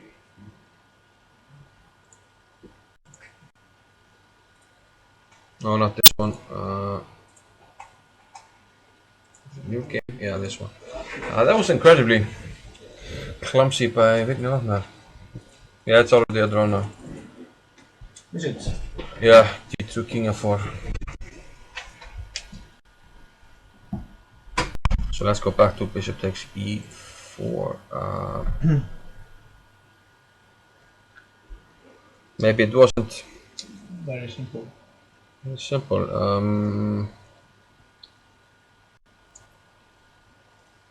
G2 we can't play, he takes it and king g5 moves upon immediately. And if you push the pawn, is there any immediate way to do something there? Knight f3, you have to play king h3.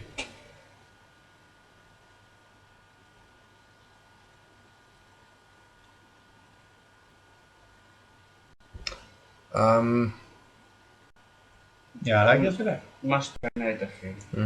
You have to keep the pawn. Ég hvítur smá leikum.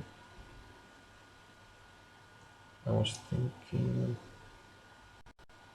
Yeah, it might be. Eða getur þú skáka á G-inum og rittar ég. I think this... Yeah, no, I mean... a6. Or take the pawn now. And now we can take a pawn and push the... Well, yeah, probably push the h pawn. Já. Þannig að þetta er... No, Or take king f2. king f2 first. Yeah, yeah. I'll take king f2. And we're just Knight f4. pushing the pawn.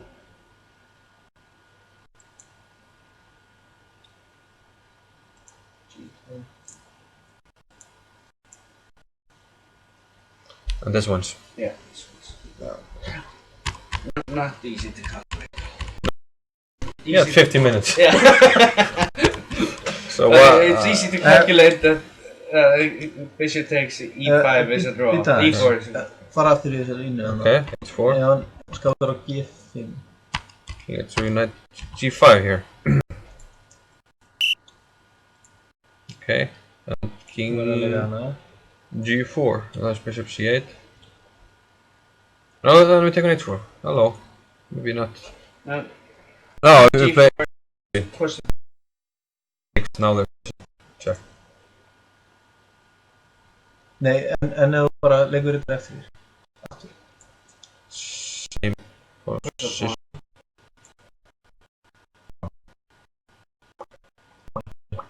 Nice. finish. Coming. Let's do. Nothing to do. Yeah. Það var kljóðlega. Yeah, he plays sometimes too fast, and something that many young players suffer from. Það er smettar. Björn Þorfinsson. Yeah, something that. I mean, it was the same with Hjörvar Steik Gretarsson when he was younger. Played way too fast. Okay. Did you have a word with the young man? No, I'm just kidding. I didn't find him. I was going to. It's starting to look more and more like a draw here. Bishop c5, knight b5. Alltaf linja fyrir. Yeah. Ekkert fattast bara leikir G5. Yeah. G5, most simple move here. followed by g6. Yeah, so more or less all the games seem to be decided here.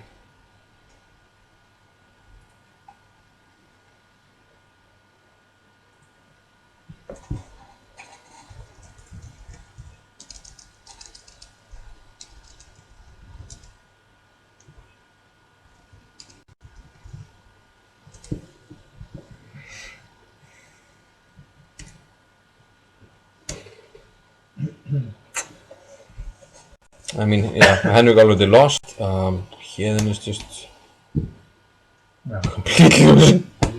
Wow, það rosalega. What? Hvað þú geta? Nei, þú séu bara. Yeah, but king g3 attack the knight and what? He's up 2 exchanges. Yeah. Let's see what the moves here. What the hell? The hell going on? Maybe he tried to.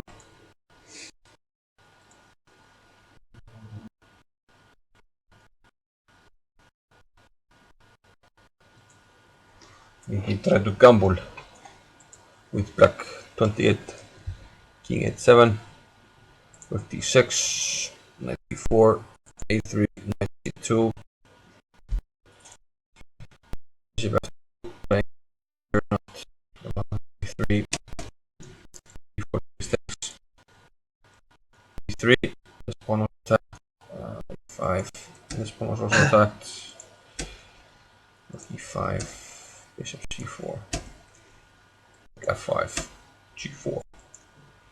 Yeah. Not looking too good. King g2.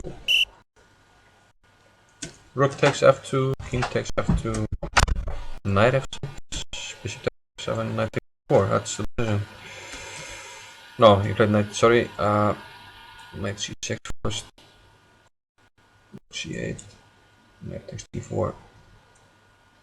That's the position. Two exchanges.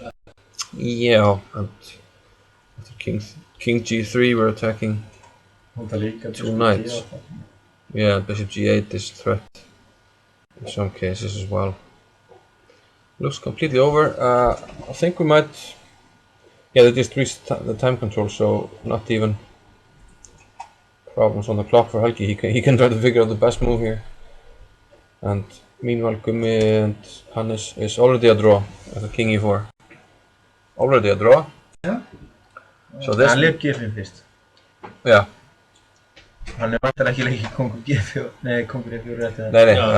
Kongarnir setur upp fyrir öllum. Yeah. So t5, a3, and he offers a draw black probably.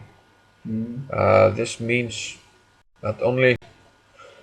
Well, Guðmundur, you'll worst case scenario play a match for the win. Worst case. If he loses, he'll play a match for the championship. Já, og hann fyrir að vinna það. If Gummi lose and Hannes wins. Yeah, and Hannes has to win. So. Now Héðinn and Henrik is out. Yeah, Henrik and Svalið móti á Gumma. Héðinn are out of the tournament. Well, the tournament out of the running for winning. Á minni á Héðinn líka. Það er líka með tapar þessu. Ekki tapa. So interesting developments. So I'm interested in last round. Hvernig áfóðan þess að Gumma? Hann þarf jafntefli með okkur. Það? Já. Ef þú fer í performance. So, Velið þú sagt. vel. Já, það er rétt. En hann getur samt ekki tapa, sko. Nei, líklega ekki. Aldrei þetta.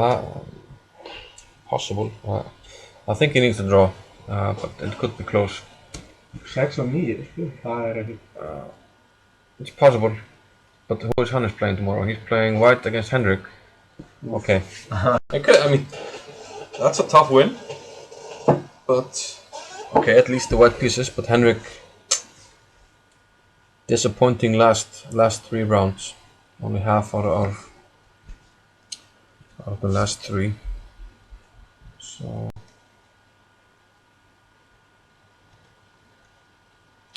King e2 was played by Maggie.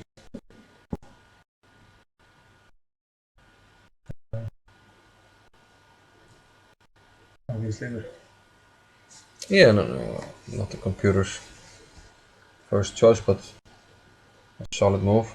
Nei, hér verður að leika þetta E5 Þú kannu að skipta upp á biskuparita.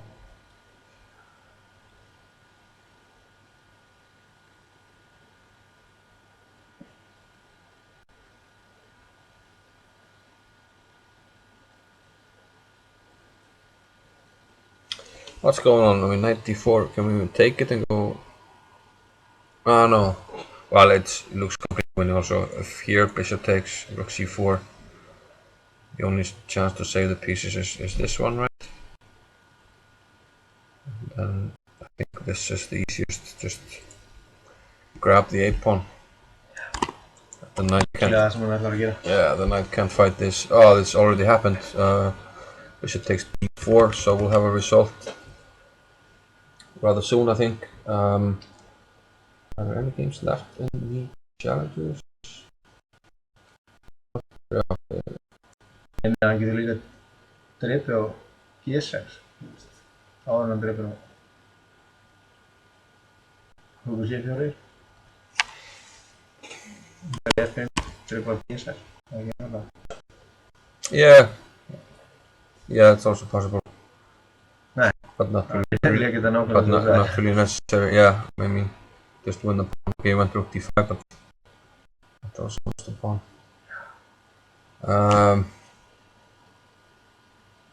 Don't see any reason for black to continue here,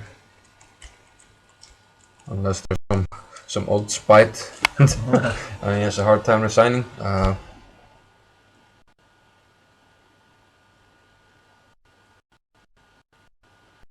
mean, the black king isn't even in the square of the pawn, so couldn't be more losing. If it's winning for us against Magnus Carlsen, it's completely losing.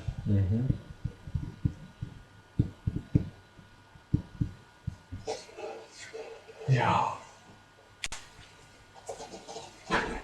Yeah, so looks like all the games should be over in a matter of minutes.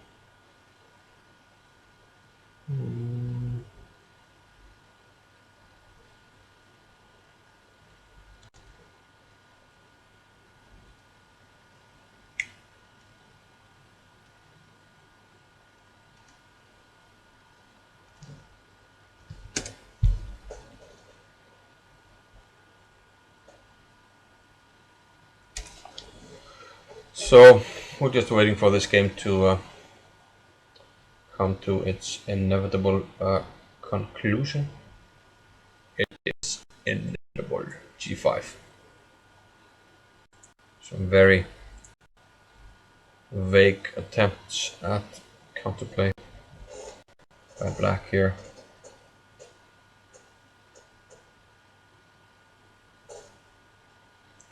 I mean, rook a6, b4. At some point you have to move the king and the knight if you want to stop the b pawn. Then I take your a pawn, most likely your g pawn as well.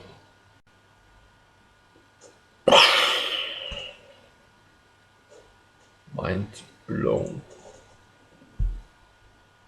Game over.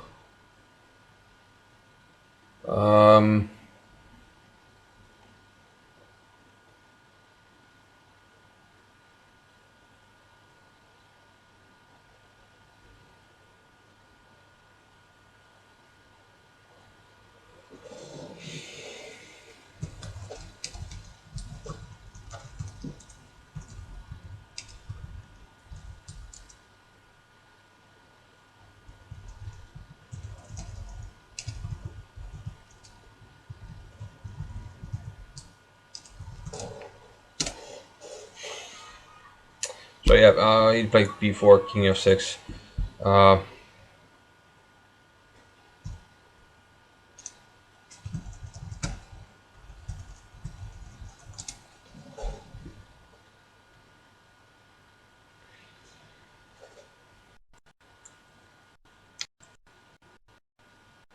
Yeah, it's kind of boring when people play on for no reason other than,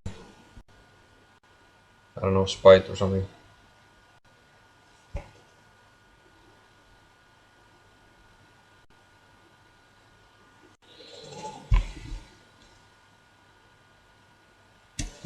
So while we wait for this, yeah,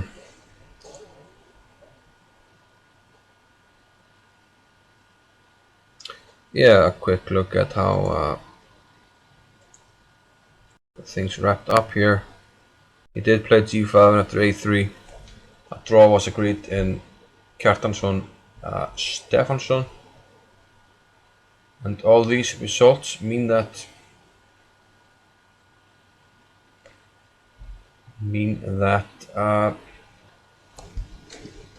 Kjartansson keeps a 1-point lead, and only Hannes Stefansson can catch up to him. So worst case scenario for Gunmi, he will play a match for the championship. So he controls his own fate, and what's more,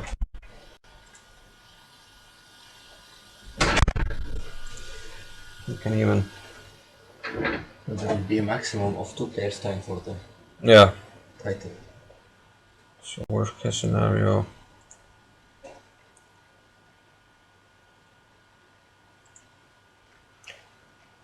for him, a match, and he could even lose and still win. Gummi. Let's try and get this one.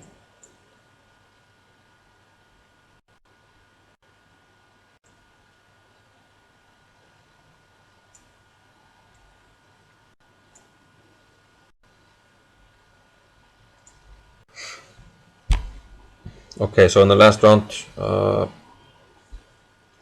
Gummi will be black against Hjörvar Gretarsson.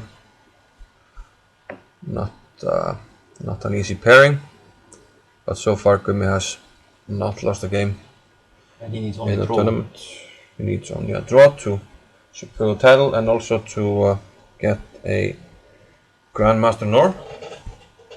Currently his performance rating is 2640. That's probably,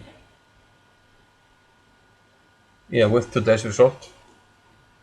But can he lose tomorrow? No. Can he lose tomorrow? For a GM norm. If he lost, he won't get it. He won't get it. So he has to draw for the GM norm. Yeah. So a draw for a GM norm and the title will be quite. But will not be quite a nice before package. 30 moves. Yeah, of course. I mean, at least to play. They have to play. Yeah, minimum 30 moves have to be played. Then we have some, rather meaningless games between Stingersson, Þorfinnsson, Þórðarsson, Gretarsson. Einar Hjalti Jensson gets a bye, and Hannes is white against Danielsen and has to win for chances of catching up, and hope that Hjörvar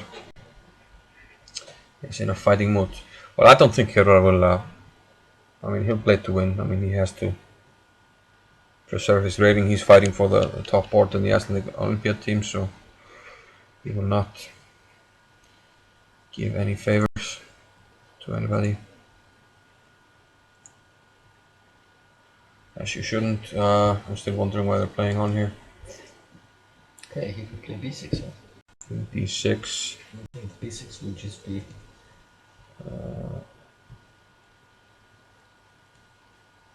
Yeah, you can even play b6 here.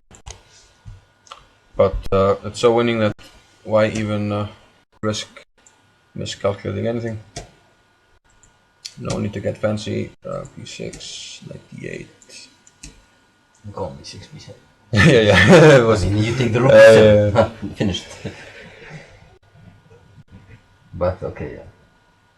So now rook I mean, d1 check, king black. e7, and then king e3. Yeah, Rook d1 check. we could do whatever here, really.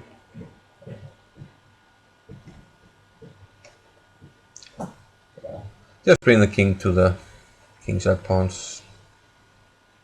Seems easy.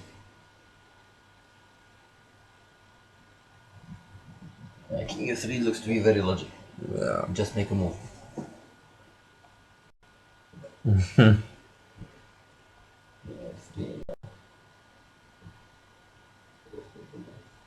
I think Helgi is really enjoying that they're playing on.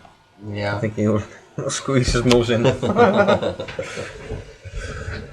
He was even squeezing them But yesterday. it was very tenacious game between them, to say the truth. They have been. Yeah, I mean they're old rivals. They were Yeah. big rivals when they were younger, and of course both of them were really big talents and both won World Junior titles. So No complaints and either complaints during the game yeah. by both or Yeah, by both players. I had to give one player 3 minutes to his opponent. 3 minutes to his clock. oh, Yeah. for repeated offenses. For a repeated offense. Which one? You'd rather not say For or a black player. the black player? Interesting. Rook d5. Okay, so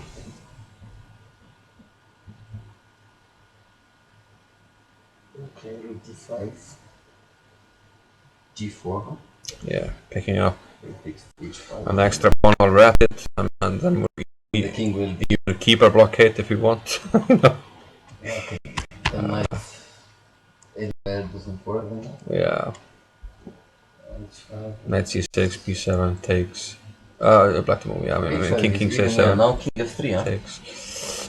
He played h4. For now king f3, the king, yeah, he made it immediately. The king has a penetration path. Mm-hmm. And while the rook is tying the knight and king. Yeah, I mean, I was saying, Siggy Pally was in here. I mean, it's winning for us against Carlsen. There's no point in continuing. Exactly. It's actually winning against computer as well. So Especially they have passed the time trouble. They were in time trouble for yeah, maybe I mean, 10 moves or 15 moves. it's a time trouble, so there's nothing to. I have to be there to get the complaints. Yeah. See what happens. Make sure nobody gets punched.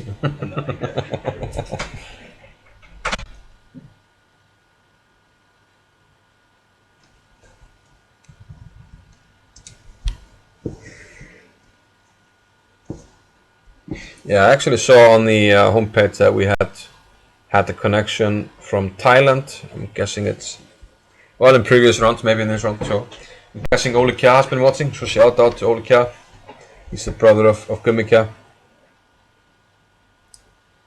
And his brother's biggest fan. So we're having the prediction that his brother might actually be close to fainting now that Gummi is on the verge of becoming Icelandic champion.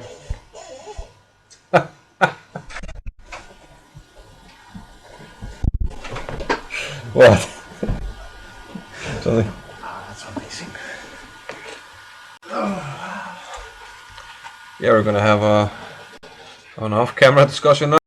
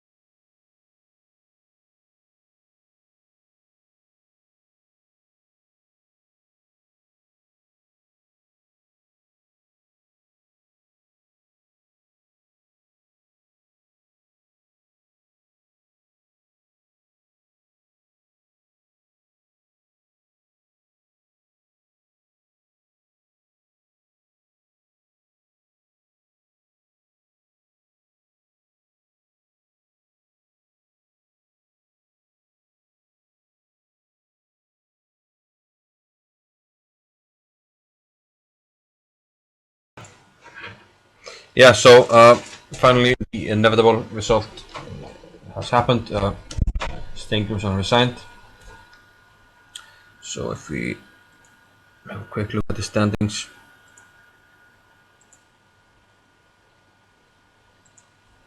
Blue standings. I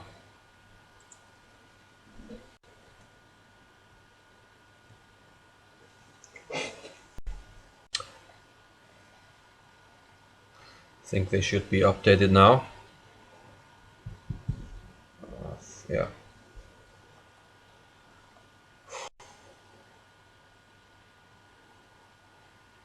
So we have Gummi in first place, 6 points, yet to lose a game. Fantastically solid tournament for him so far, +4, rating performance 2640. He needs a draw in the last round to secure a Grandmaster Norm, his second Grandmaster Norm, and also the title of Icelandic champion. Meanwhile, Hannes is the only one who can catch up. He will play white against Henrik Danielsen, and he has to hope that Hjörvar Gretarsson is in a mood to fight and win against Guðmundur Kjartansson. So, yeah, those are the games we're gonna keep an eye on tomorrow. Still gonna be exciting, and yeah, I'm not sure. If Hannes catches up, they're actually gonna play a match for the title. So it will be a rapid play match, I think. I think so. Possibly they will play a match at a later date. In the candidate section, we still have some games left unfinished, but Davíð Kjartansson is on the verge of winning against Loftur Baldvinsson. That means that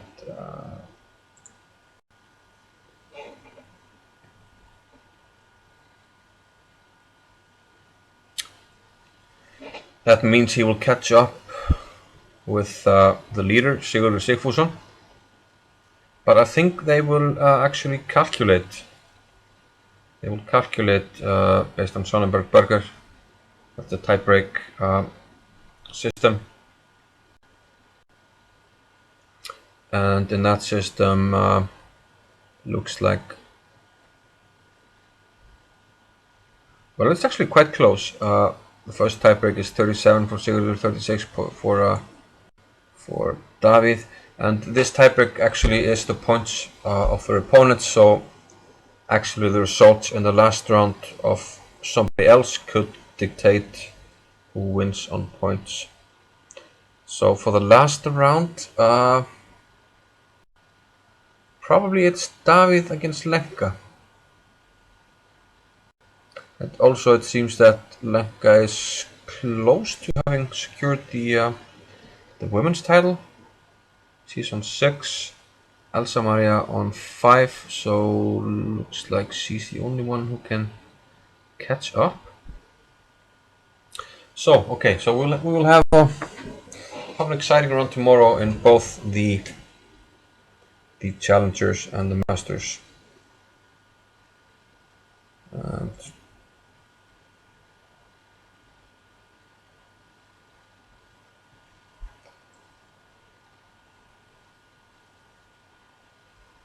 that's something else. Hello. It's the wrong scene. Apologize for that. But okay, so tomorrow's round is 11 o'clock local time, and